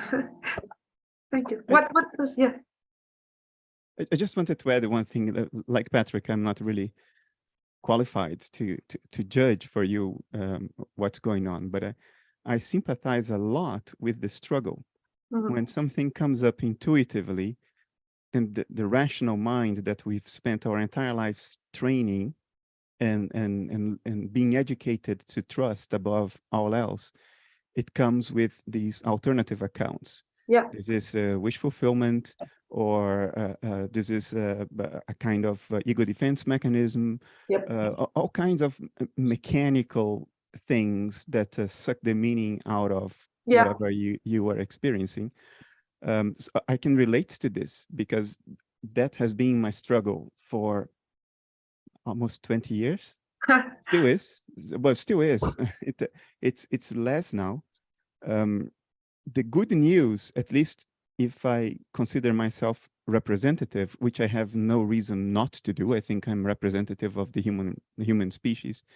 The good news is that at some point in life, you develop a certain subtlety of vision in which you discern more detail in what's emerging.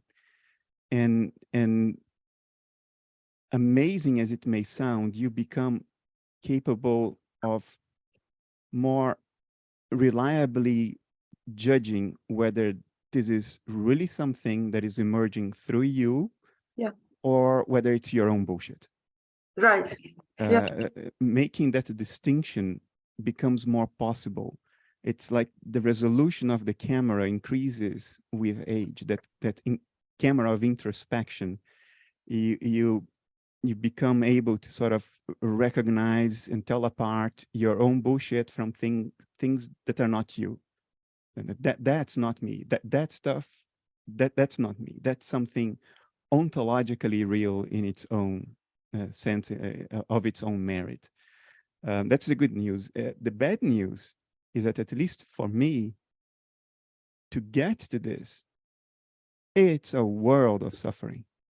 It's a world of mistaking, of not being sure, of not being able to sleep because you can't tell one thing from the other.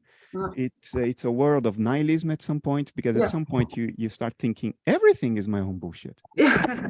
Everything. Yeah. What's the difference? Yeah. Yeah. So you at least I went through all that. And when I least expected, and when I stopped trying to tell the difference, at some point you sort of surrender to it. It's like, okay, these are my limits, and let's go on living. And then when you're no longer trying to make that distinction, you realize that, as Patrick puts it sometimes, you develop a second vision. And that second vision picks out detail and element that you couldn't pick out before. And it comes with a new sense of confidence that you can tell your own bullshit from stuff that isn't you, that isn't your own processing, your own output. And I can't tell you why it comes with a new confidence, but it's a confidence that is very quiet, it's very calm. It doesn't include any struggle. It doesn't involve one part of you winning over from the other. It's something it's very simple, very self-evident, very calm. There is a calm confidence about making this distinction at some point. So that's the good news. It gets better. The bad news, it's probably going to get worse before it gets better. So yeah, push through it. Keep on living. Pay attention to it. Could I add something? Bernardo, thank you so much. Yeah, Sure, Patrick. Of course. Could I say one thing? I think that you may not have to undergo the same suffering as Bernardo, because you all have already mentioned that when you're in this strange state, which you don't trust, you already feel connected to something else bigger than yourself.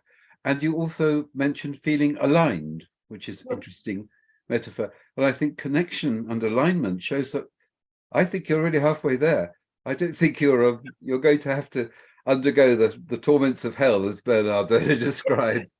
Thank you so much. That's the optimistic lens. I think just try and stay calm and trust it, and I think you'll be all right. I think you'll be all right. Of course, we don't trust what we've been told about what you call the mechanisms of the mind. But what if it's not a machine? Yeah. Which I think it's probably not. And try and look at beautiful things. That connects you to things. Yeah, I've noticed that. I mean, try to put your brain aside for a bit and look at some beauty. Yeah. That'd be my advice. Thank you so much.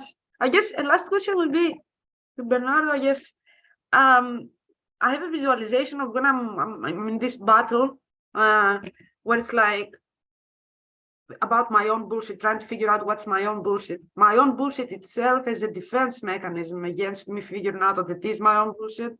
It's kind of like being pushed around from like magnet to magnet, pole to pole.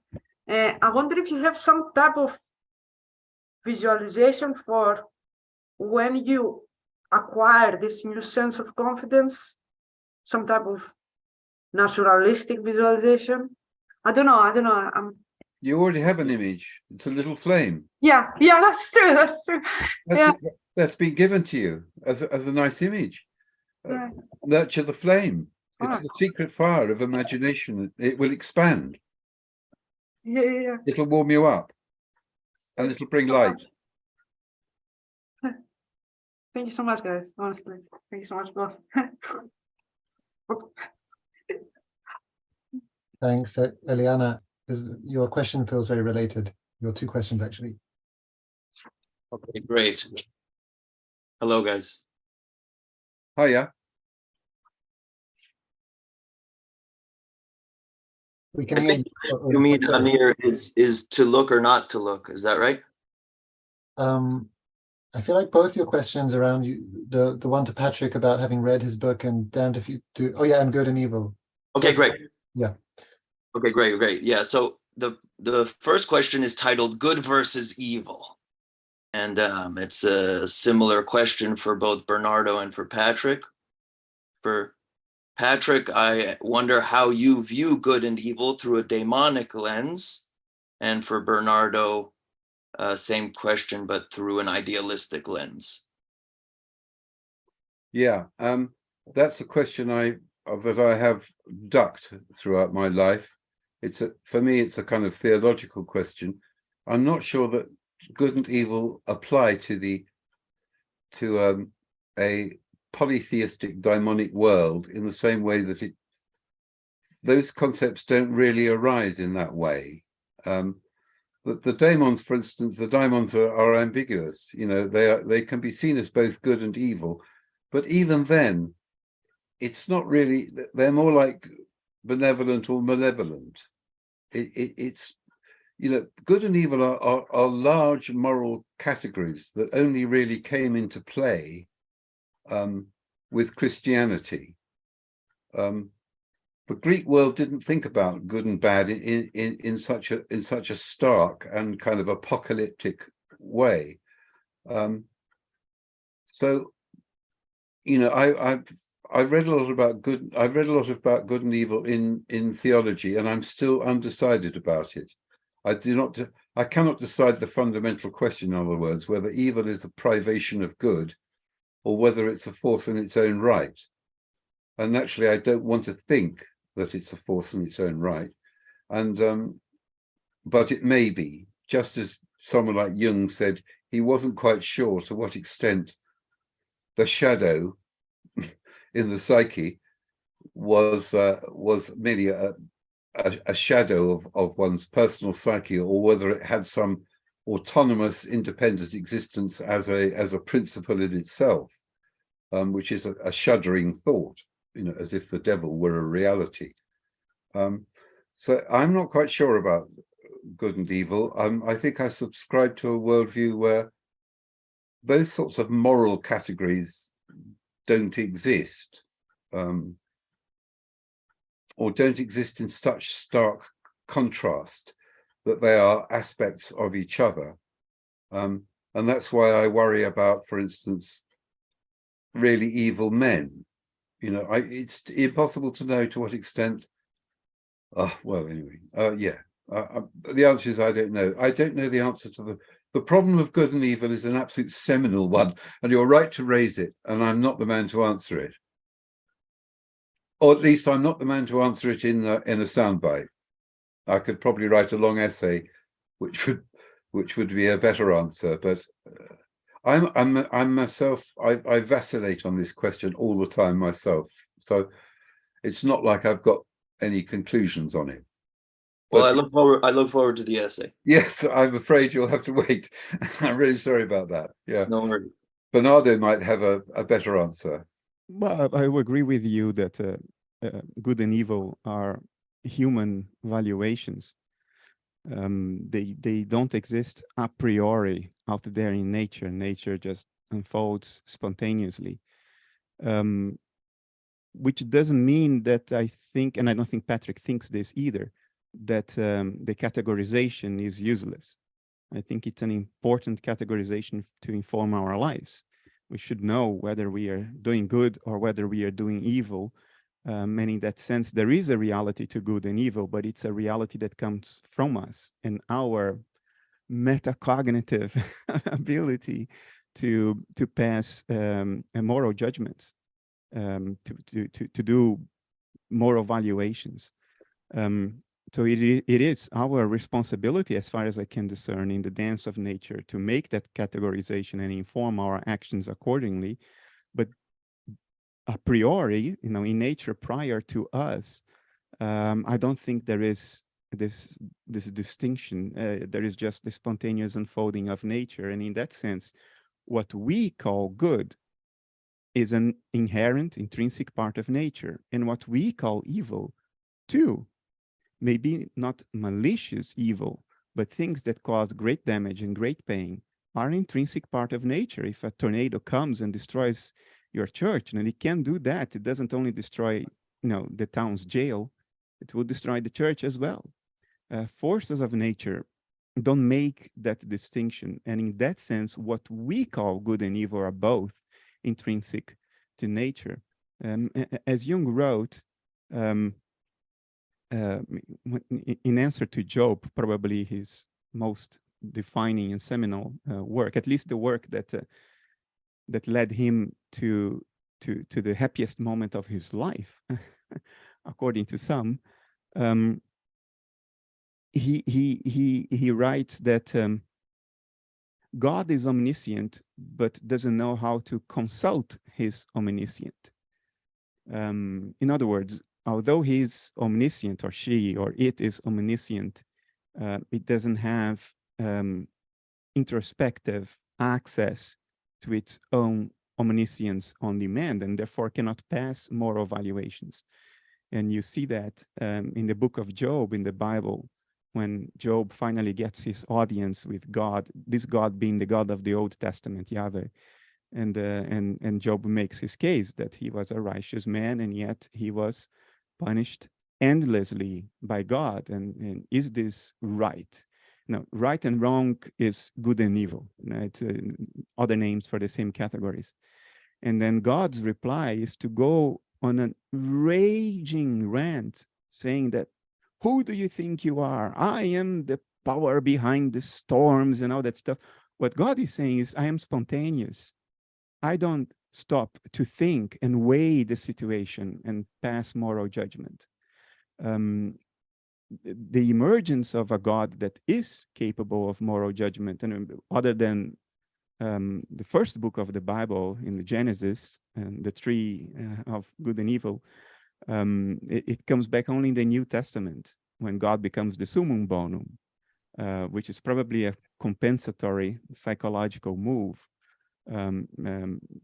related to the incarnation, related to God incarnating into the world and therefore becoming capable of explicit introspection and moral judgment in the figure of Christ, of Jesus.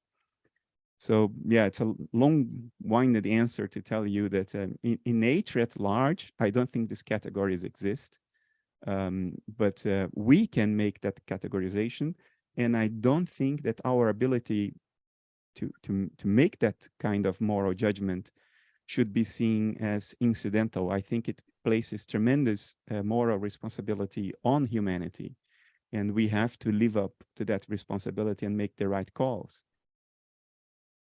Thank you. Thank you. Just a little follow-up for Patrick, if I may. As I read through the Philosopher's Secret Fire, which I'm enjoying very much, I'm filled with a kind of damned if I do, damned if I don't anxiety.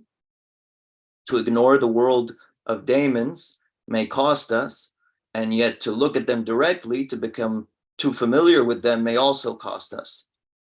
So I'm curious how you, Patrick, walk that line.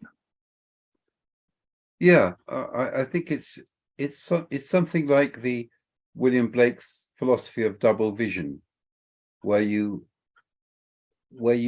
hold the literal and the metaphorical in tandem and intention, that you have a double view of the world. It's something like that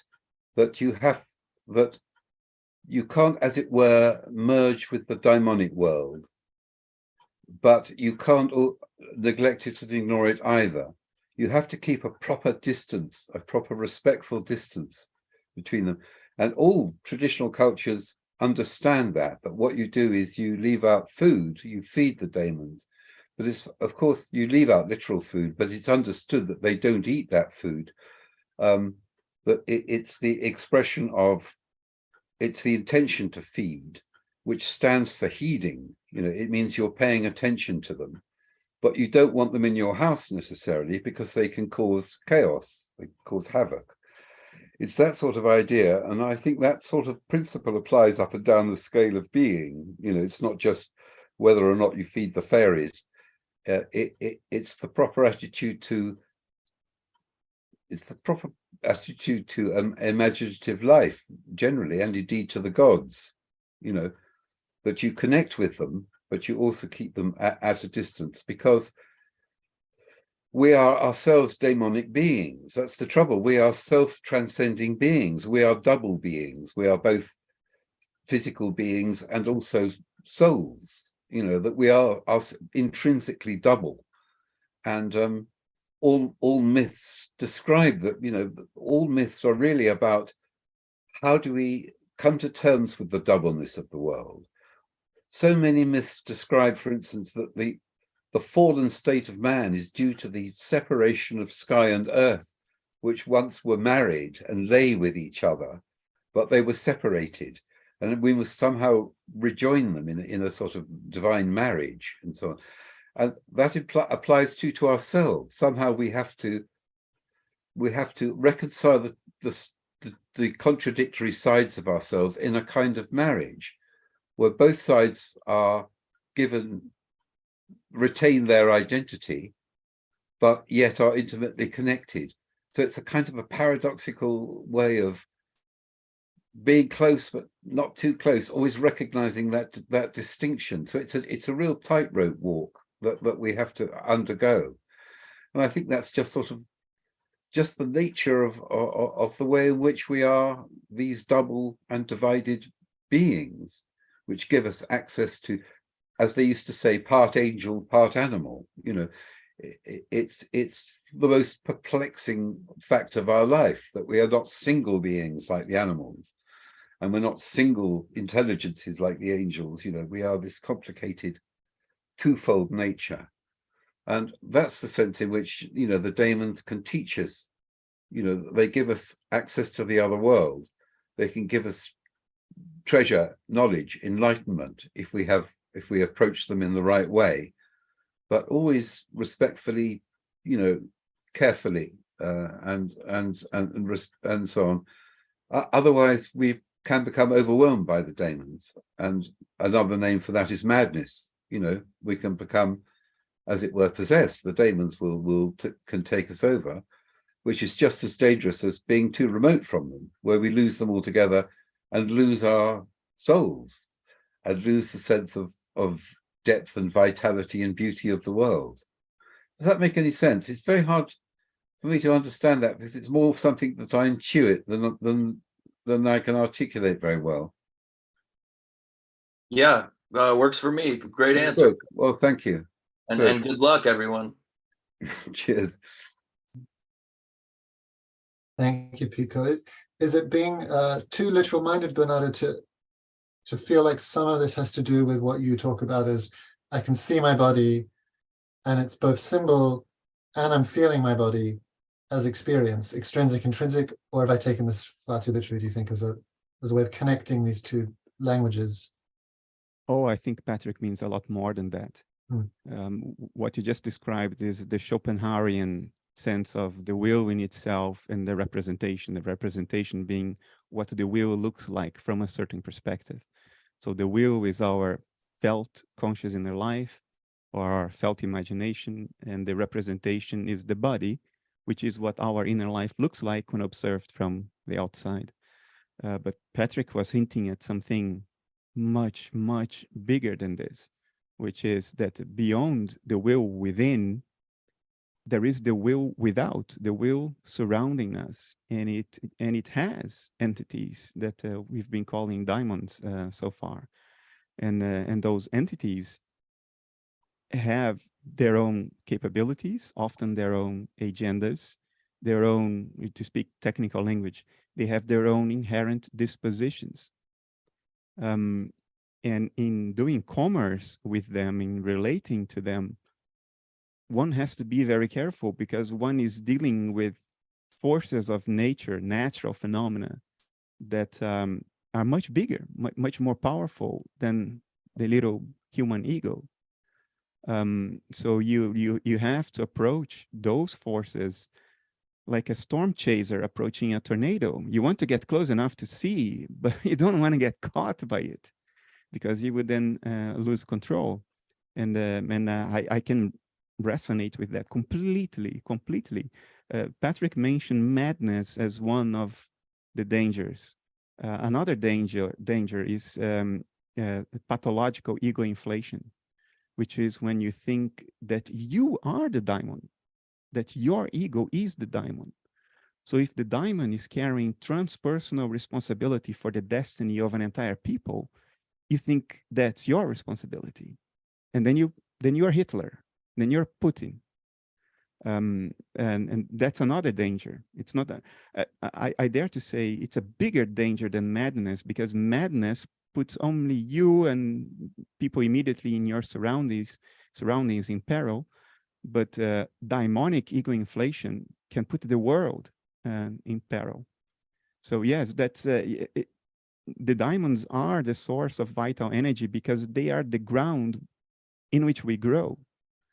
So we cannot divorce ourselves from them, but we cannot approach them disrespectfully, because it can hurt you, or it can hurt everyone.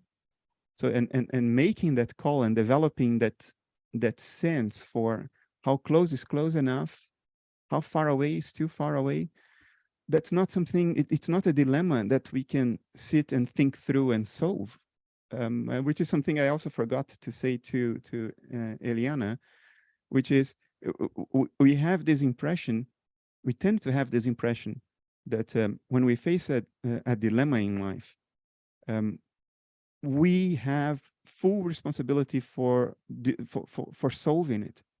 Like the ego has to solve that dilemma. And when the ego can't, then now we are in despair, because the dilemma must be solved, but the ego can't solve. And the answer to that is your mind is not only your ego. There is a whole lot of stuff going on underneath the threshold of introspection. And that stuff is dynamic, it's growing, it's evolving. Rick Stewart, who is here and spoke earlier today, he echoed to me something that is well known in psychology. When you say to the patient, trust the process, and notice the subtlety of the word, trust the process, don't trust you. Don't trust your ego, trust the process. And that stuff is happening without you having supervision of it. And at one point in your life, it solves your dilemma for you. So you don't have to take that responsibility on yourself all the time. Like, I have to figure out how close I have to get to the diamonds, but how far away is too far away, and how close is too close. No, just pay attention. That tends to be the answer for everything in life. Pay attention. Don't take yourself too seriously. Pay attention. Trust the process. Don't make drastic mistakes by exaggerating, the Buddhist middle way. And trust the process, and something emerges at some point, and one day you wake up and you realize, oh, I have a sense now. I know how close to get and how close is too close, and you don't know where that came from, and you don't get caught up into all the doubts of, oh, but can I trust myself in this regard? No, that sense comes with its own sense of trust. And it's fine. So for as long as that didn't happen yet, I would just say, don't exaggerate either way, and be cautious. And at some point, the dilemma solves itself. But that it is healthy to stand in this middle ground, to not divorce yourself from the daimon, but not to let yourself be possessed by the daimon. Oh, that is true, all right. that is very big. That's really, really true. Perhaps one of the most important truths of human civilization. maybe. Kieran, would you still like to ask your question on religion? That feels like potentially relevant. Sure. Yeah, it's just a question for you, Patrick. You refer to religion and its importance to your outlook. For many cultures, religion has played a central role in the suppression or destruction of the previous beliefs and traditions. Are some religions more relevant than others, in your view? Obviously, you've got an Irish background. You know where I'm coming from. Yes. You know, I can't really begin on a great diatribe on the internecine strife between Protestants and Catholics at this stage of the game. No, I'm talking about Christianity versus Unshanstede, or the old religion. Yes.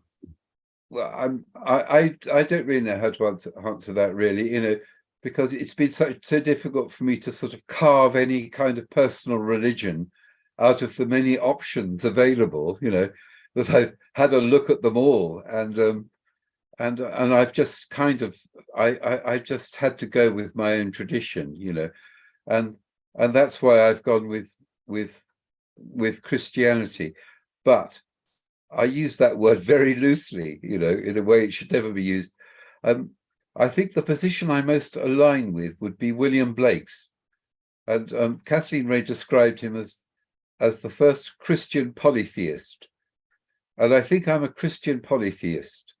That's to say, I believe in one God and many gods, or to put it another way, theologically, I believe in one God, but psychologically, I believe in many gods. That I believe the many gods of Greek myth do better justice to the richness and complexity of my psyche, but at the same time, I also, you know, I also want to believe in one God. So I have no trouble resolving the age-old problem of the one and the many in religious terms, because I do it like that. Another way of doing it is James Hillman recommends reconciling this problem by recognizing many gods, as the Greeks would, as all pre-Christian cultures did, but revering one at a time. That's how he resolves the problem. And he thinks that in the course of a life, let's say, take the Greek gods as an example. He says, you know, because the Greek gods, you know, there are a lot of them, at least 12 in the pantheon, but more. He thinks you should recognize each one in the course of your life in turn, and that way you achieve a kind of wonderful wholeness, that you've paid respects and revered each god in turn, and been under its aegis for a certain amount of time, and at the end you have a perfectly filled out psyche, which is very rich and takes into account all the gods, and yet there is a kind of unity there, you know. And indeed, even in polytheism, there's always the idea, isn't there, there's one supreme god behind the many gods, you know. So they have a latent monotheism in them, polytheism does. And conversely, I think monotheism, even Christianity, has a latent polytheism in it, in that Christianity had no sooner been instantiated than, oh, well, it became a trinity, we're already in trouble, you know. And early people argued about the nature of Jesus, you know, was he like Adonis? Was he like Hercules? Was he like Apollo? You know, was he like, you know, and it turns out he could be identified with all these Greek gods, you know, that a lot of Greeks who converted to Christianity were quite happy attributing their own favorite Greek god to the nature of Christ, you know. So polytheism can sort of be embraced by Christianity, except, of course, in its most puritanical forms. You know, it's really the Puritans that did for Christianity, and we see that as a human tendency. You know, the ascendancy of that puritanical, heroic ego, which excludes everything. You know, all images, which is rigid, dogmatic, stiff, inflexible, judgmental, and you know, we see that again today, and enough said on that score, you know. So that would be my answer, I think.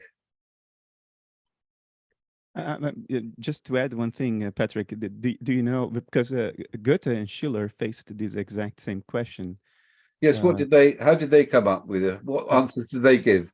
I will paraphrase it. It's not the exact wording, but they said something to the effect of, in studying the world, we are pantheists. In doing poetry, we are polytheists. Morally, we are monotheists. That's very good. Yes, I probably like that. Yeah, very good indeed. Yeah. This question goes back to much earlier in the conversation where you spoke, Patrick, about how your preference is really the novel because it's an immersive and immediate experience of the thing rather than a reflection on the thing. And I was reading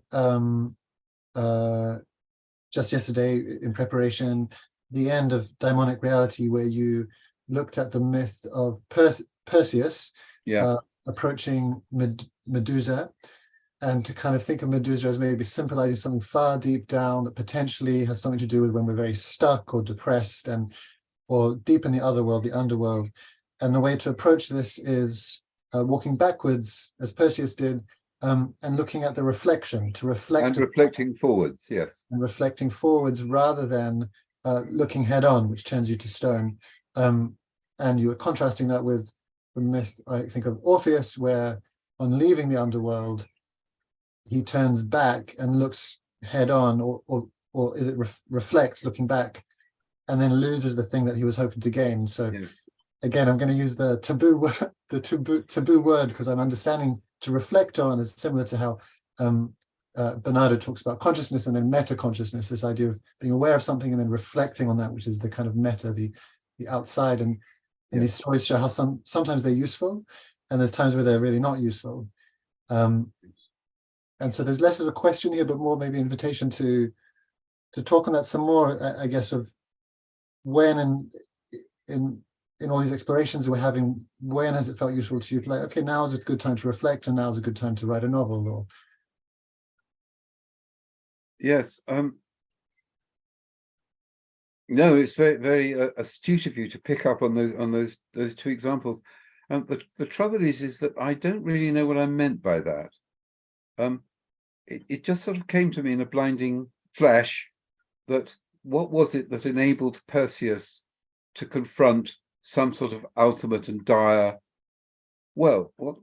some petrifying, literally turning to stone force, which clearly is, like all myths, you can't translate them. If you try and translate them, as Jung does, for instance, you end up creating another mythology. You can't explain a myth, in other words.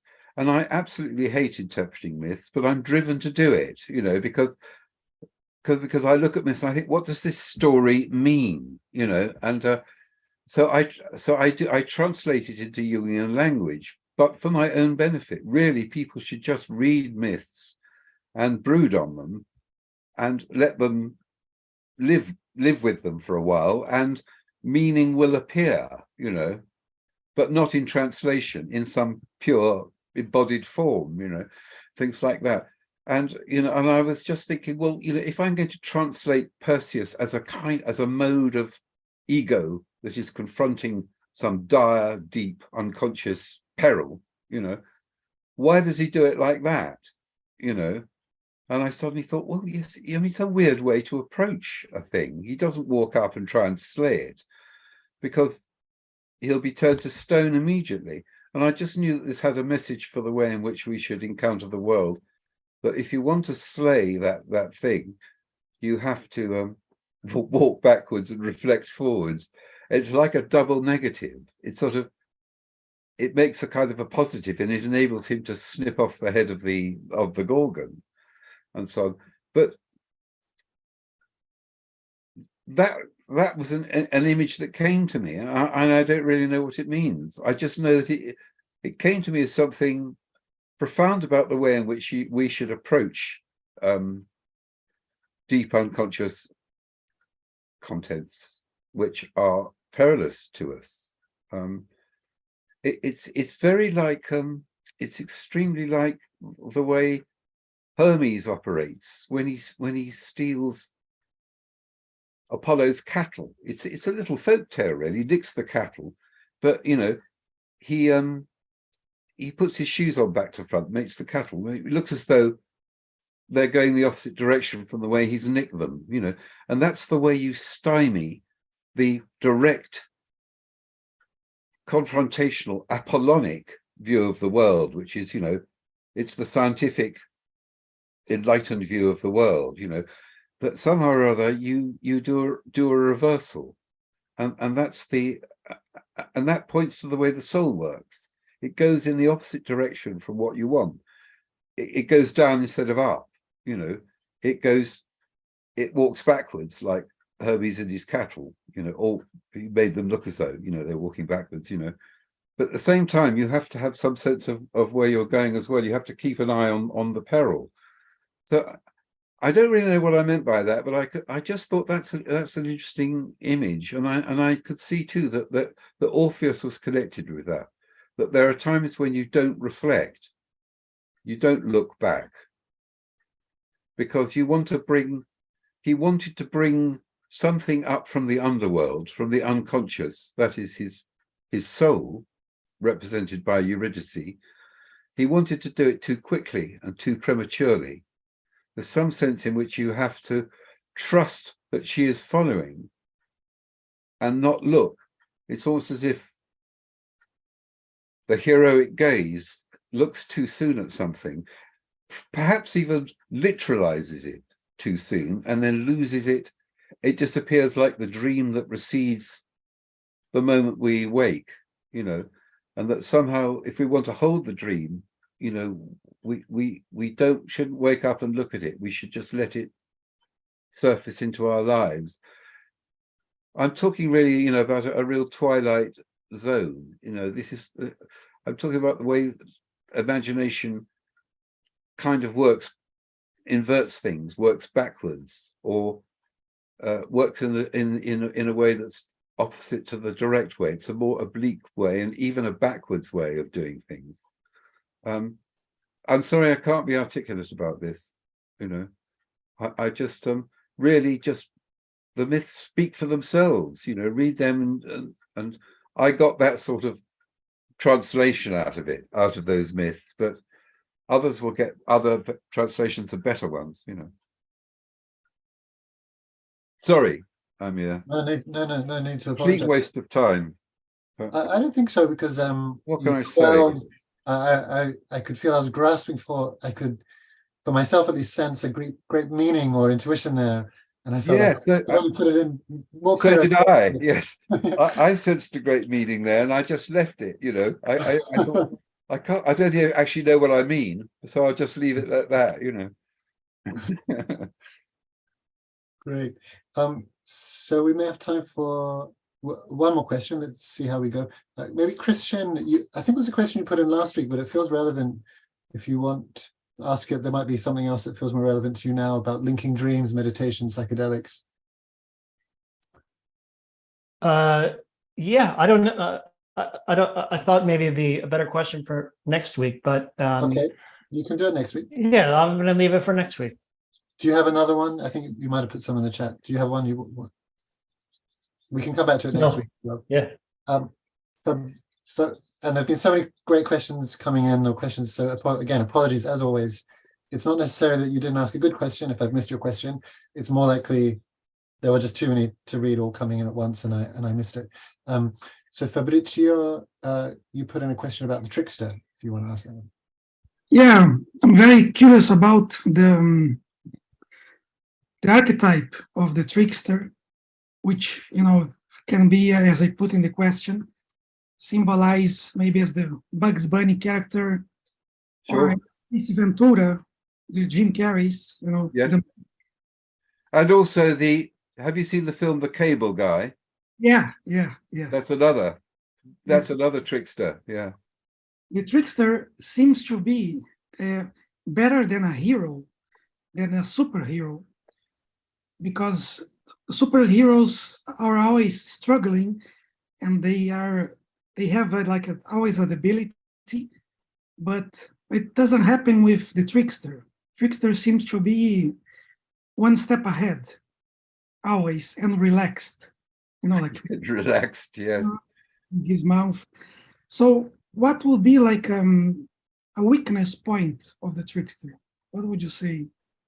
What would be his weakness or a danger? Because for me, he's the best archetype, and even Jung talk about him in the tarot as the Joker, which can move around in the cards freely. Yeah. To be like Yes. maybe the devil also in a way. It has a free range. Yes, I quite agree. Yes, the trickster exercises me quite a lot because I don't really understand it. And the reason I don't understand it is that, you know, in the Christian cultural tradition, the trickster becomes the devil. You know, he's been kind of the paradoxical nature of tricksters who can bring tremendous benefits, but also play havoc with things. Hermes is the Greek trickster. Loki in Norse mythology is a wonderfully ambiguous character. You know, he's absolute key figure. But you know, I think that really one of my views of the Daimons as tricksters is that they're all kind of in the pay of a trickster deity like Hermes or Loki, or perhaps some of the First Nation tricksters in America. And I think we really do violence to the cosmos or to our worldview if we don't allow for some of that, for that kind of a principle or deity or psychological force, which is, as you say, you know, very daimonic in that he's ambiguous. You know, you don't know whose side he's on. And, you know, there aren't many, that the superheroes are all like the big heroes like Hercules, very simple people, really. It's very straightforward. But the trickster, if there were a trickster hero, he'd be more like Odysseus, who's always described as wily, you know, and he has all the tricks up his sleeve. He invents the Trojan horse, you know. He doesn't have a big army. He's not particularly strong and powerful, but he has all the good ideas. He outwits the Cyclops, you know. So I love that idea that there are sort of daimonic deities who are, you know, and that's partly what I was struggling with over the problem of good and evil, you know, that there are these deities which are daimonic, which seem evil, but often, or not evil, but they seem mischievous or bad, you know. I mean, in Norse mythology, Loki engineers the death of Balder, the bright sun god, which then brings about Ragnarok, you know, the end of the world. He engineers it, but he does it very cunningly by, you know, manipulating someone else who's blind to shoot the arrow of mistletoe, which is the only thing that could kill Balder. But on the other hand, you know, they're very fruitful gods. They bring about new things, you know, they're innovative, you know, they're inventive, and they keep everything fluid, and they keep everybody from, Hermes prevents Apollo from becoming too, I don't know, too boring, you know, too straightforward, you know, too illuminated. They bring that wonderful element of darkness and complexity to it. And when Christianity became the you know, dominant mode of perceiving the world, that ambiguity was polarized into, you know, that's when good and evil arose, and where God and Satan arose, you know, and really polarization of that kind is a result of literalism, you know, that it has a polarizing effect. So I think you're quite right.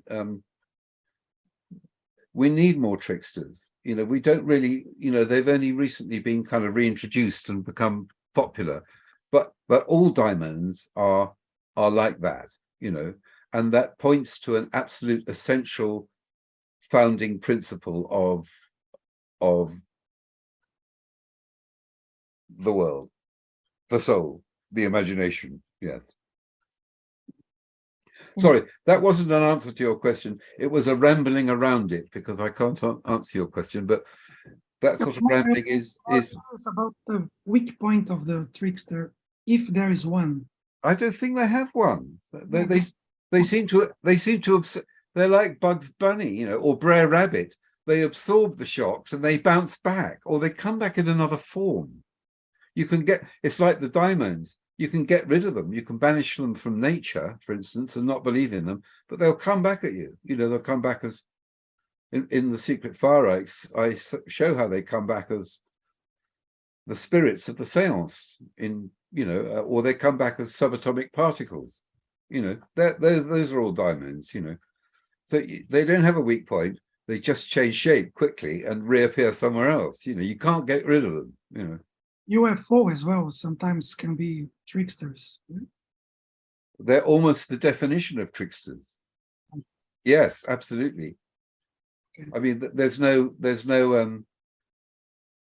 boundary they don't straddle, really. We don't know whether they're material or not material. We don't know what shape they are. They change shape all the time. Sometimes they go very fast. Sometimes they go very slow. Sometimes they come out of the sea. I mean, yes. And what do? They drive us mad. That's what tricksters do, you know, because we can't say what they are. As soon as we say, no, they're definitely this, they're spacecraft, they do something mad that no spacecraft could possibly do, you know. So yes, you know, that's what I think. That's what the Daimons and the trickster Daimons are there to do, is to subvert the very worldview that ignores them. You know, they're constantly subverting us, and you ignore them at your peril. You have to sort of come to terms with them in some way, and I can see that you're well on the way to doing that. Yeah, that's good. Bernardo, have something to say about that? The trickster.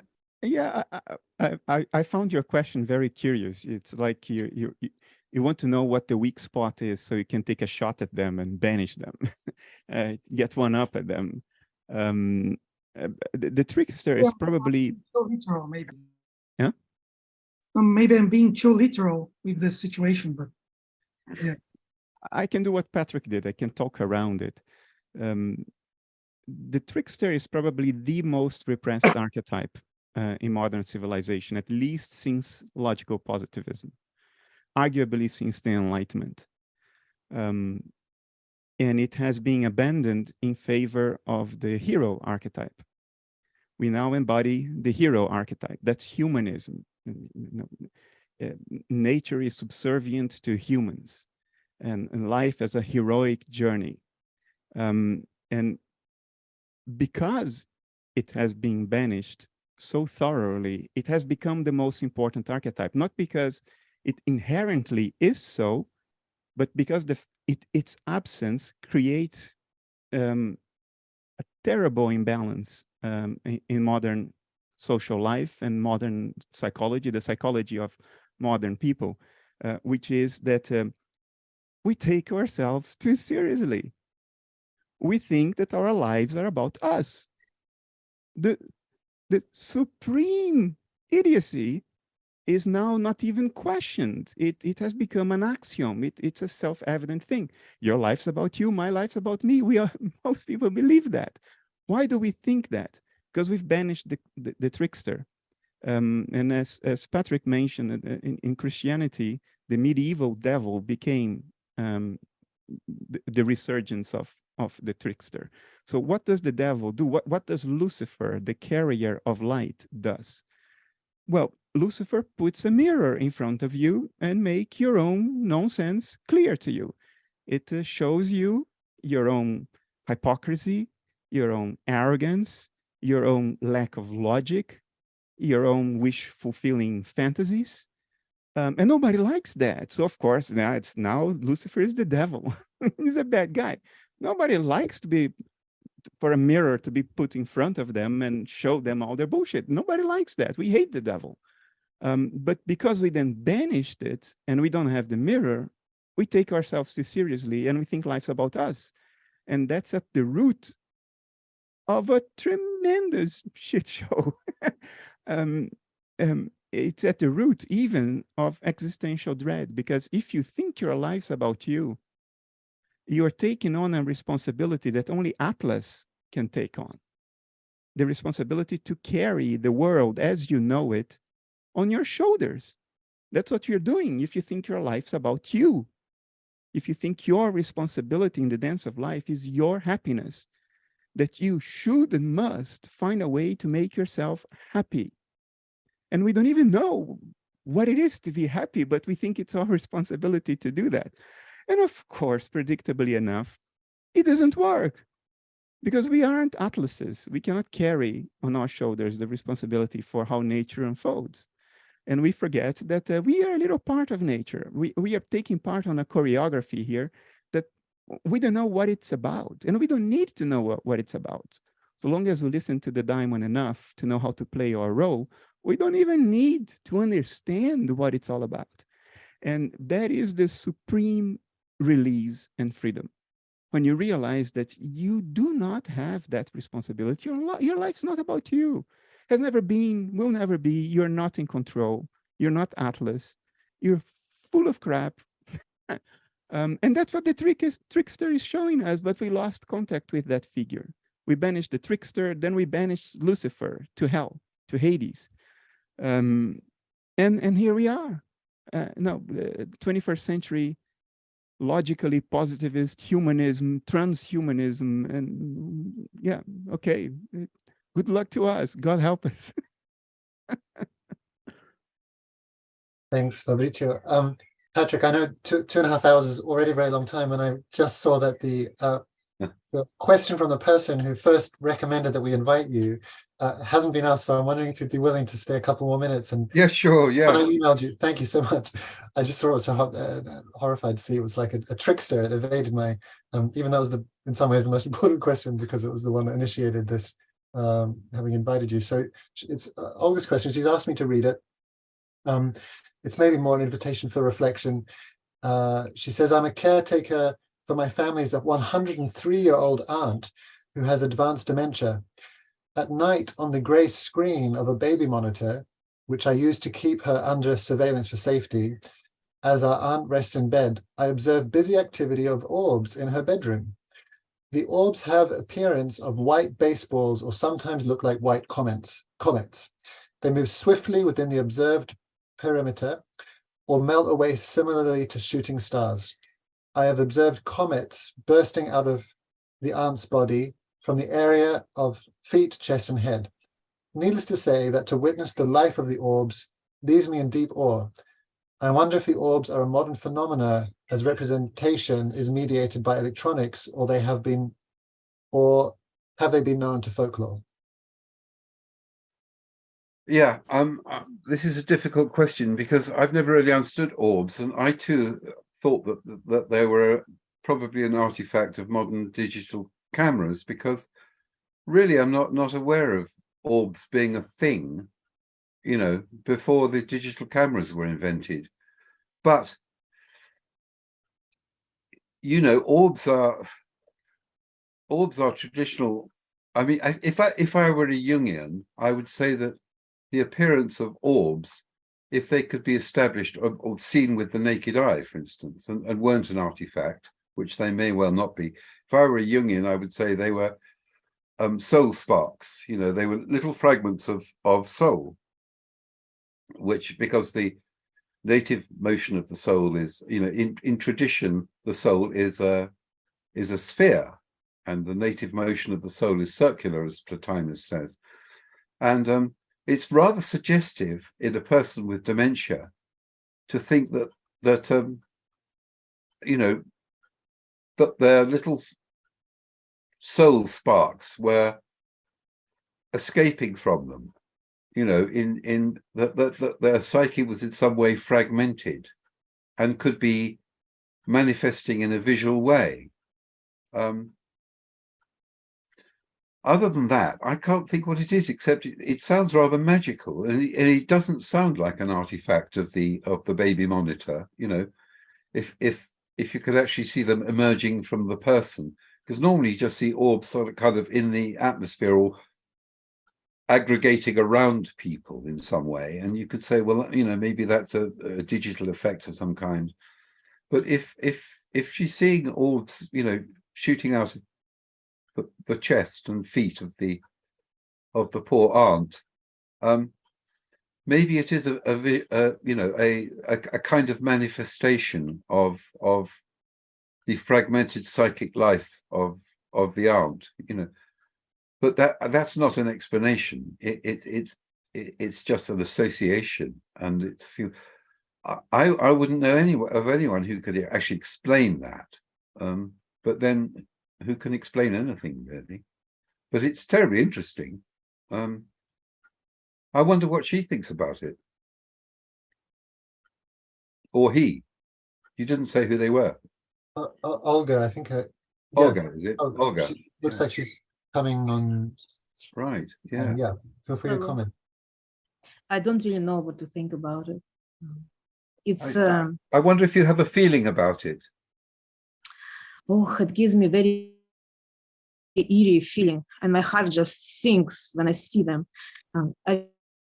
Originally, first time it came to my awareness when our aunt suffered a fall and had a head injury, and activity of Earth was like high. My family members witnessed it as well. I don't know. This is what I wondered. Maybe you are. Actually, I don't even want to know. I just know they're there, and Yes. she's not alone. And this is what matters to me, really. It doesn't sound sinister to me, Olga. It sounds rather marvelous, really. Marvelous. It is magical. It seems like orbs are they're very active. They have a life on their own. Yes. They're doing something which I don't even approach to understand in any way. I'm just glad they're there for her. Yes, I think they do sound like little soul sparks, little soul fragments, which do have a life of their own, and so on. And maybe it's the soul leaking away from her, and they to be reunited in the afterlife. Because we don't lose our souls. Her soul is intact somewhere. It's just it's withdrawn. As it withdraws from people in dementia. I'm assuming that we're all on board with the afterlife here, because I have no problem with that myself. But yes, I think yeah, well, look at them and marvel, but I don't think you need to feel worried about them. No, I'm not. As you say, they sound rather magical. Yes. Yes. I'm honored that they're visiting my home, really. And sometimes, because Aunt's state, sometimes she's like really out of it, and I'm not even sure she's gonna live until morning. So kind of worried about her because she's not responding to anything. And I see orbs at night. It gives me an idea that in the morning she will be there. And yes, I come in and she's still breathing and she opens her eyes. I feel great today, she might say. Well, that's interesting. Yes, you see that puts a different angle on it as well. That they're kind of their life principles, that they're circling her, and maybe they don't just come out; they go in again as well. They sound very vital things, don't they? Very, very vital. Yeah, we have exactly. And the fact that you feel reassured, you think, oh, the orbs are there. She's going to live another day. That seems to me, they are to do with her inner life, with her soul, and perhaps they're displaying themselves to you for that very reason. Perhaps it's a way she's communicating with you. Yeah, I thought of it too. Yeah.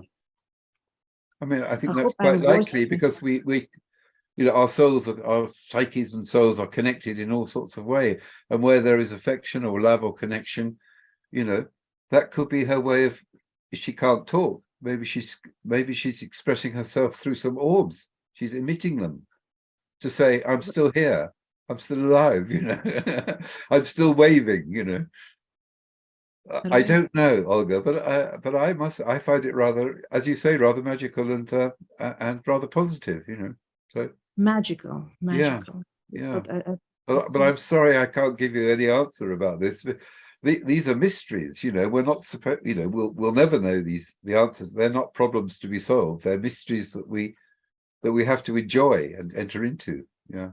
True. Yes, we don't have to solve it. let them just be there. We know they're there. Yes, exactly. They may well be a message of affection to you, you know, just saying hello, you know, which she can't do for herself, you know, but some part of her can. No, she can come up and be talkative and respond to my questions in some way. She spends a lot of her time with her dead relatives, mom and dad, for example. And she's not lonely. She talks, she laughs, she hangs out with them, and Oh, right. she really is happy. Well, she's still, yes, she's still got a life worth living then. Good, yes. But well, I'd love to know what happens, you know. I'd love to know what happens next. Email me, tell me, Olga. Yes, I will let you know. Thank you so much. No, thank you. Thank you for that lovely story. Of course, my pleasure. Thank you. And thank you for the story, Olga. Thank you also for the recommendation that we invite Patrick, and thank you for staying beyond the allocated time and really bring a very different energy into these meetings. As you might imagine, they often have quite a different flavor, and I've certainly enjoyed. Well, I'm sure they're deeper, but you know, what can you do? Do you want to add anything, Bernardo, before we? No, I think this is the right note to close it today. Great. Oh, Patrick, just one comment from you. If you have anything, sir, that you want to publish, Essential Books will publish anything that you produce. Anything? Anything, yeah. Okay. Thank you very much, Bernardo. It's the most handsome offer I've ever had. Yes, that's great. Thank you so much. It's been a real pleasure to meet you at last and to hear your wisdom. And thank you for making me look good. Bumping my pathetic answers up a bit. Yeah, thank you. You're welcome. You have done a lot more for me than you will ever know, I think. Well, it's very kind, Bernardo. That's very sweet of you. Thank you. And thank you, Amir, for inviting me. Great pleasure. Thank you and so thank much. you for anybody who stayed the course. I can see the gallery there. Well done, and thank you for listening. Thanks, Bye-bye. Everybody. All the Great to hear you, questions. Patrick. Great. Bye-bye now. Cheers. Bye.